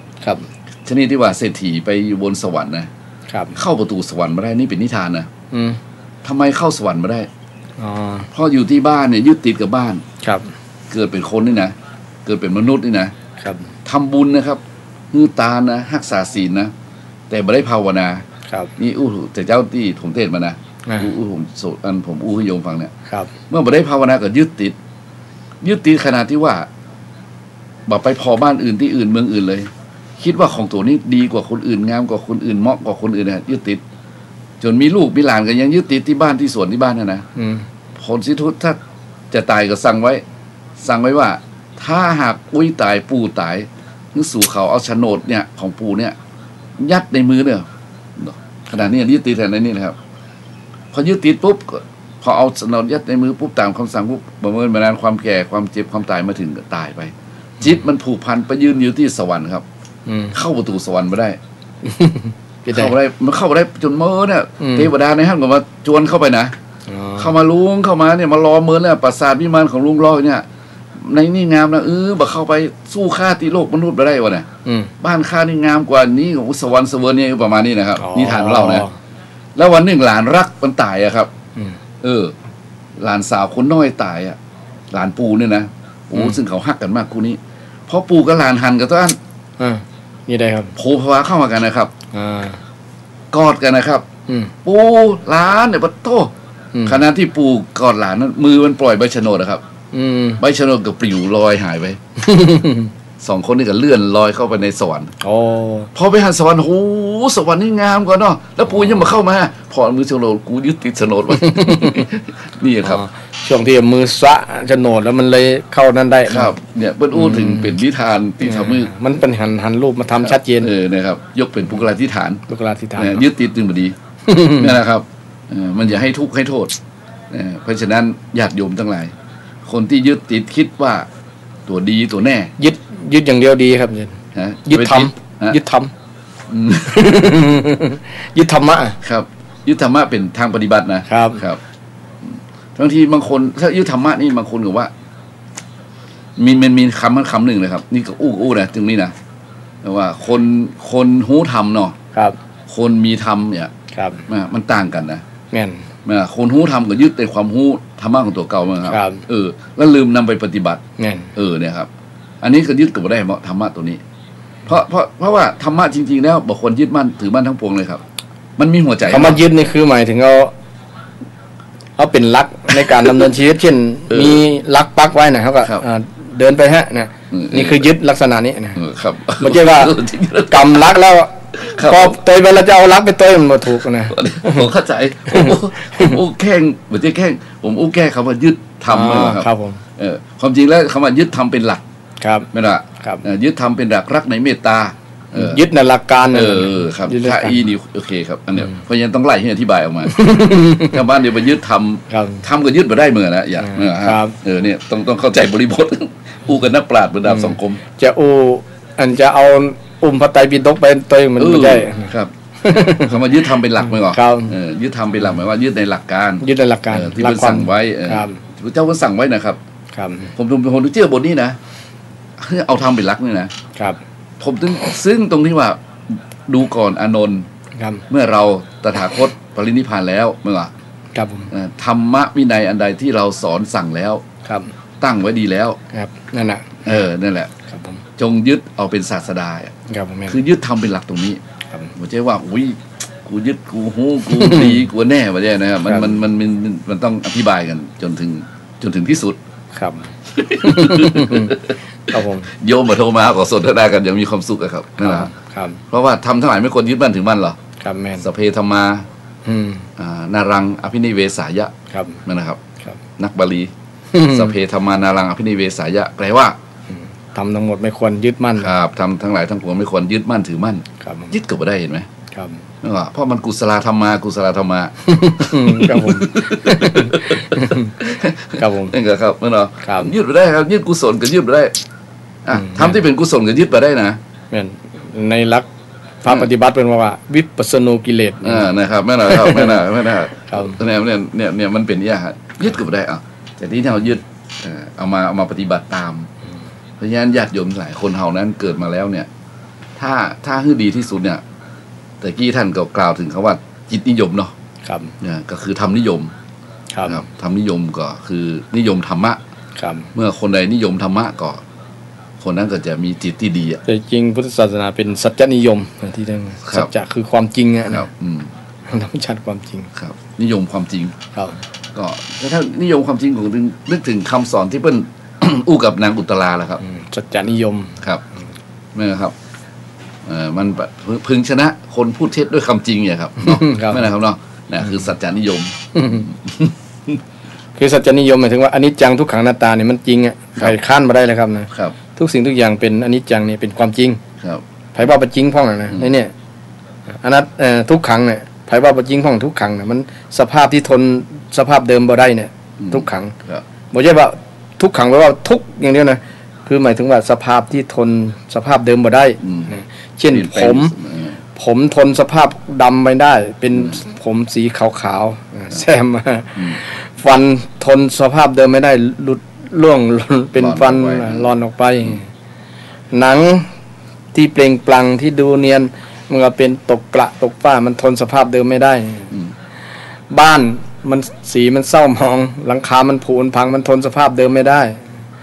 อันนี้ก็เป็นทุกขังงดเลยอันนี้เป็นสัจจะความจริงอนัตตาสภาพที่หาตัวจริงไม่ได้ไม่ใช่ว่าบ่มีตัวนะตัวจริงไม่ได้บ่มีไม่ใช่ตัวนะไม่ใช่ตัวนะไม่ใช่ตัวจริงแล้วอะไรตัวจริงก็คือสภาพที่เป็นธาตุสี่ขันธ์ห้ามันมาปรุงแต่งกันอันนี้จะอยู่ในฝ่ายปรมัตถสัจจะก่อนครับมันจริงโดยปรมัตถ์ครับจริงโดยเนื้อของเขาครับความเนื้อแท้เป็นอย่างนั้นครับแม่นแม่ครับครับอย่างเขาว่าน้ำทะเลมันเค็มครับมันเค็มอยู่อย่างนั้นครับมันเป็นปรมัตถ์จริงโดยปรมัตถ์เช่นเด็กชายจำลองตัวเล็กๆเนี่ยกับพระครูสิริจำลองเนี่ยอันเดียวกันไหมตัวจริงอันเดียวกันไหมจะว่าคนละตัวก็ไม่ใช่เนี่ยมันเป็นอนัตตาเนี่ยอนัตตาตัวนั้นกับตัวนี้อันเดียวกันไหมตัวเดียวกันแหมน้อยสัก40 ปีผมมีแล้วสัก30 ปี20 ปีแล้วเปลี่ยนแปลงแล้วเปลี่ยนแปลงแล้วครับแต่ก็ในตัวเดียวกันนะตัวเดียวครับ พอดูรูปถ่ายรูปภาพที่สมัยเป็นละอ่อนก็มาเปรียบเทียบเดียวคนเดียวกันก็เนี่ยประมาณนั้นน่ะจำไม่ได้แล้วนี่อนันตานี่แหละ นี่มันเป็นเรื่องราวที่สอนไว้ในพระพุทธศาสนาตรงนี้นะครับที่ว่าเนี่ยจิตสัจจนิยมนี่นะครับนิยมความจริงแต่นี่ความจริงมันเป็นเรื่องที่บางคนไม่ยอมรับนี่อ่ะนั่นนะครับคือบ่ยอมรับมันยอมรับยากอ่ะนะครับอย่างไผบอกอยากให้แก่แล้วหันผมงอกแล้วโอ้ยังไม่เป็นยอมไม่หรอกทำใจลำบากกลัวอยากหนุ่มตลอดอ่ะไงไม่ก็อาจารย์แม่นมันอยากยืนยงคงอยู่ไม่หรอกอยากเป็นอมตะอยากเป็นอมตะอยากเป็นอมตะครับแล้วมันเป็นได้ไหมบ่ได้อ่ะมันเป็นความจริงที่ว่าทุกคนฝืนบ่ได้เลยบอกว่าจะเกิดในชาติในภาษาใดศาสนาใดก็แล้วแต่นะเป็นกมดบ่ใช่ว่าศาสนาพุทธเป็นอนิจจังศาสนาเดียวนะศาสนาอื่นก็เป็นอนิจจังหมดเรียกว่าสรรพสัตว์ทั้งหลายครับบ่มีนิรันดร์ละบ่มีนิรันดรละเนี่ยไผแย้งค้านบ่ได้เลยครับนะคำสอนเนี่ยบ่มีที่ไหนอนัตตาเนี่ยนะอนิจจังทุกขังอนัตตาเนี่ยเป็นสัจจนิยมคนเราได้เรียนรู้เรื่องนี้มันก็จะค่อยเข้าใจธรรมชาติที่พระเจ้าแสดงได้ตัดไว้นะครับแม่นมันครับผมมันเป็นสิ่งที่ละเอียดอ่อนถ้าหากเขามองโดยผิวเผินนะครับเนาะเขาก็อย่ามามองเห็นนี่ตรงนี้แหละผมมานึกถึงนะตรงนี้แหละที่คำว่าโยนิโสมนสิการแม่นนะครับ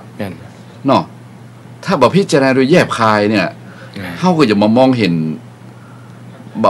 แก่นของบ่ห้องหันสัจจะครับมองเห็นความจริงตัวนี้ครับเนาะไม่มองเห็นความจริงอริยสัจเนี่ยพระพุทธเจ้าอริยสัจเนี่ยคือความจริงอันประเสริฐเนี่ยครับคำว่าโยนิโสมนสิการนะครับเนาะตัวโยนิโสมนสิการเป็นคำที่ผมนี่ฝังใจกับซาวีนะมันเป็นคำคมที่มันโดนนะครับโยนิโสมันคำม้วนๆเลยนะแต่ความหมายเนี่ยมีความหมายสูงสุดมนสิการเนี่ยครับคำว่ามนสิการเนี่ยมั้งครับลองแยกซับดูดิมนะคืออย่างไรครับการกระทำให้ในใจแยบคลายนะเนี่ยนะครับเนาะโยนิโสมนสิการเนี่ยถ้ามันมองไม่เห็นนะครับมันจะหยาบมันจะมองเห็นได้หยาบงั้นศรัทธาญาติโยมหลายเรื่องพระพุทธศาสนานี่มันเป็นเรื่องของโยนิโสมนสิการจริงๆเนาะเป็นเรื่องละเอียดอ่อนลึกซึ้งนะครับเพราะฉะนั้นมันก็เลยประกอบด้วยการเวลาไงแล้วมันก็เลยเป็นอมตะไงครับนิรันดร์เลยนะครับเป็นอย่างนี้คุณเกิดมาก็เป็นอย่างนี้คุณไม่เกิดมาก็เป็นอยู่อย่างนี้นะครับมันก็จะเป็นอย่างนี้นะครับตราบใดที่มีการเกิดการแก่การเจ็บการตายอยู่สังสารวัฏมันก็จะเป็นอยู่อย่างนี้แต่ตามันเป็นอย่างนั้นเองไม่หรอกครับถ้าอู้ถึงที่สุดเนี่ยมันก็เป็นอย่างนี้เองเพราะฉะนั้นถ้าหากคุณมีปัญญาอย่างครับนะครับมองเห็นความจริงระดับนี้แล้วอย่างนะครับว่าคุณจะเดินทางไหนนะครับคุณจะเดินไปทางไหนคุณจะเดินทางขึ้นบนก็ว่าคุณจะเดินทางลงล่างขึ้นบนมีไหนพ่องมีเทวโลกพรหมโลกนะครับแล้วอย่างแหมนิพพานครับ ถ้าเดินทางล่างมีอย่างพ่องเปรตอสุรกายนรกเปรตนรกลองเรียงอสุรกายแล้วก็เดรัจฉานนะครับน้องมีเปรตอสุรกายนรกเดรัจฉานเตี้ย4อย่างหมดนี้นะครับผมน่ากลัวแล้วเหรอเพราะฉะนั้นเนี่ยคนรู้ว่าที่โยมเพราะฉะนั้นโยมไม่ต้องกลัวนะครับคือถอนจิตคือพินิจแบบโยนิโสมนสิการนะครับเนาะแล้วก็ประกอบชีวิตของคุณที่มีสาระนะครับนำทรัพย์สมบัติที่หามาได้ด้วยความสุจริตและก็บ่ทารุณนำมาทำบุญทำทานหนึ่งเป็นประโยชน์ไปเพื่อสะดวกในการรักษาศีลหนึ่งนะครับเนาะและคุณก็เจริญจิตวิปัสสนากรรมฐานตะกี้ที่ผมอู้ตะกี้นะฮะลูกเศรษฐีที่บวชที่ใครซื้อกันนะครับแกปั่นก็ปูแล้วเป็นสมัย2 500โอ้สมัยปูแล้วครับเป็นว่าไหนครับเปิ้นแบ่งทรัพย์สมบัติไว้3ส่วนส่วน1ไว้ประกอบกิจการส่วนที่2ไว้ใจกับตัวและเรื่องครอบครัวเรื่อง พ่อเลี้ยงแม่เนี่ยส่วนที่3คือพุทธศาสนาเลยครับเอาอันเลยเหรอครับ3ส่วนเราเคยได้ยิน4ส่วนนะเพิ่นครับนี่ปู่ที่บวชเคยศึกที่อูเราเรื่องเจ้าเนี่ยเพิ่นแบ่งเป็น3ส่วนพอได้ไปฟังธรรมเทศจากพระพุทธเจ้าแล้วนะครับโอ้แบ่งทรัพย์เป็น3ส่วนเลยส่วนหนึ่งไว้ประกอบสมาชีพไม่เป็นทุนในการประกอบสมาชีพส่วนที่2เลี้ยงตัวเก่าเลี้ยงครอบครัวเลี้ยงพ่อเลี้ยงแม่เลี้ยงเพื่อนฝูงนี่ส่วนนี้ส่วนที่2ส่วนที่3ก็ถวายพุทธศาสนาเลยไว้บำรุงถวายพระสงฆ์องค์เนรอุปถัมภ์ประทากวัดวาศาสนาทำมาจนใกล้บวชครับจนไปขอป่อบวชครับป่อก็คือบวชที่แรกบ่หันตัวเพราะว่ามันมีคนเดียวเนาะครับใครให้ลูกบ่าวบวชต้องสืบกลัวจะสูญพันธุ์กลัวลูกจะบ่ซึกครับแม่ละบ่มีคนสืบทอดสกุลวงตระกูลเนาะทรัพย์สมบัติกลัววงตระกูลจะขาดศูนย์ประมาณนั้นแต่ด้วยความผมว่าบัวจะบานนะว่าถึงข่าวบัวจะบานนะเห็นไหมครับแม่นนั่นนะฮะเขาบัวจะบานนี่อย่างพระพุทธเจ้ามีคำมันคำเลยตุพี่พระครูตุพี่ว่าพระพุทธองค์ทรงชี้ทางเนาะเหมือนกับคนที่หงายภาชนะที่คว่ำอยู่เลยครับเนาะแล้วคนหมู่นั้นเป็นอริยชนที่เกิดร่วมพระพุทธเจ้าผมว่านะเพิ่นสร้างบุญบารมีมานะในวัฏสงสารนี้เพิ่นได้กินได้ตานได้ฟังธรรมมาครับเมื่อครับเนาะนะ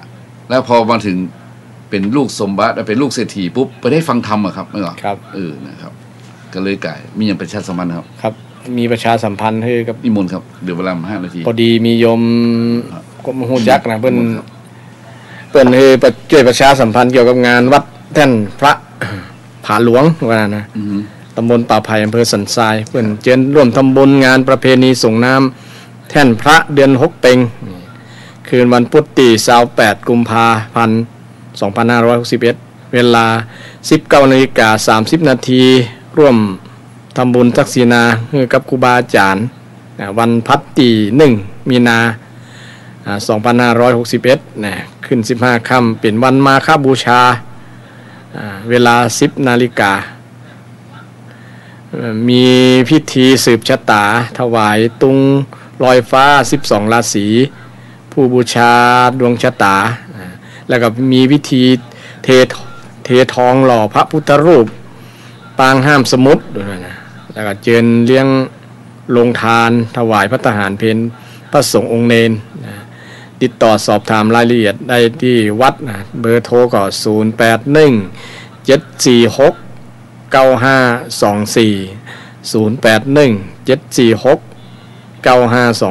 อันนี้ต่างวัดเพิ่น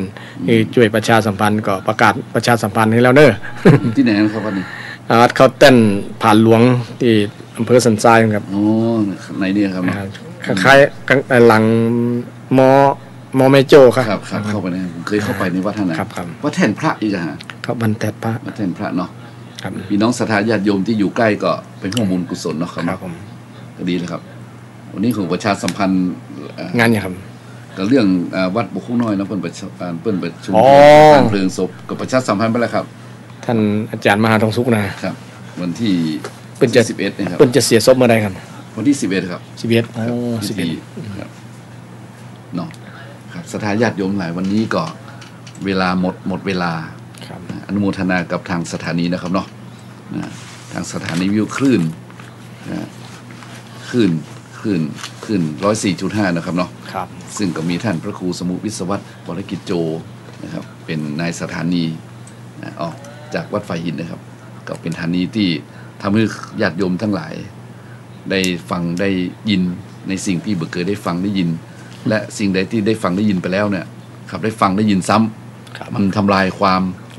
สงสัยกังขานะครับเนาะได้พิจารณาใหม่ก็ถือว่าเป็นประโยชน์เพราะฉะนั้นจึงว่าขอบคุณกับทางสถานีขอบคุณผู้อุปถัมภ์สถานีขอบคุณนายสถานีครับและขอบคุณพระเจ้าพระสงฆ์ที่ช่วยแสดงธรรมจุตนโจงนะครับเนาะครับแล้วก็อนุโมทนากับญาติโยมที่ฟังมีผู้ให้ก็มีผู้รับ มีผู้พูดก็มีผู้ฟังครับผมแล้ววันพุธหน้าถ้าติดอย่างแต่ว่ากันมาครับเนาะครับเนาะถ้าติดก็หายไปสมาอภัยไปตัวครับเนาะครับวันนี้ขอบคุณทางท่านพระครูสิริอมราภิรัตน์ท่านเจ้าวาดวัดอมรารามสันอุ้มซึ่งท่านเป็นผู้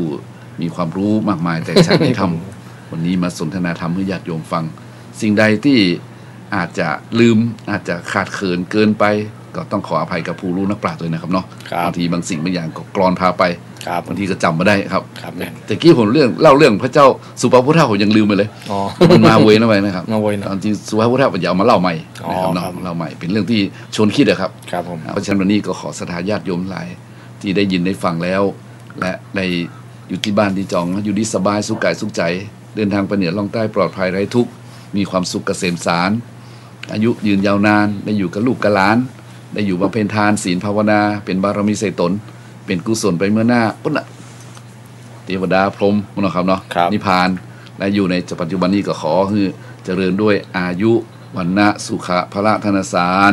ปฏิภาณสมบัติเหมือนกันทุกท่านทุกคนเทินเจริญพรสาธุ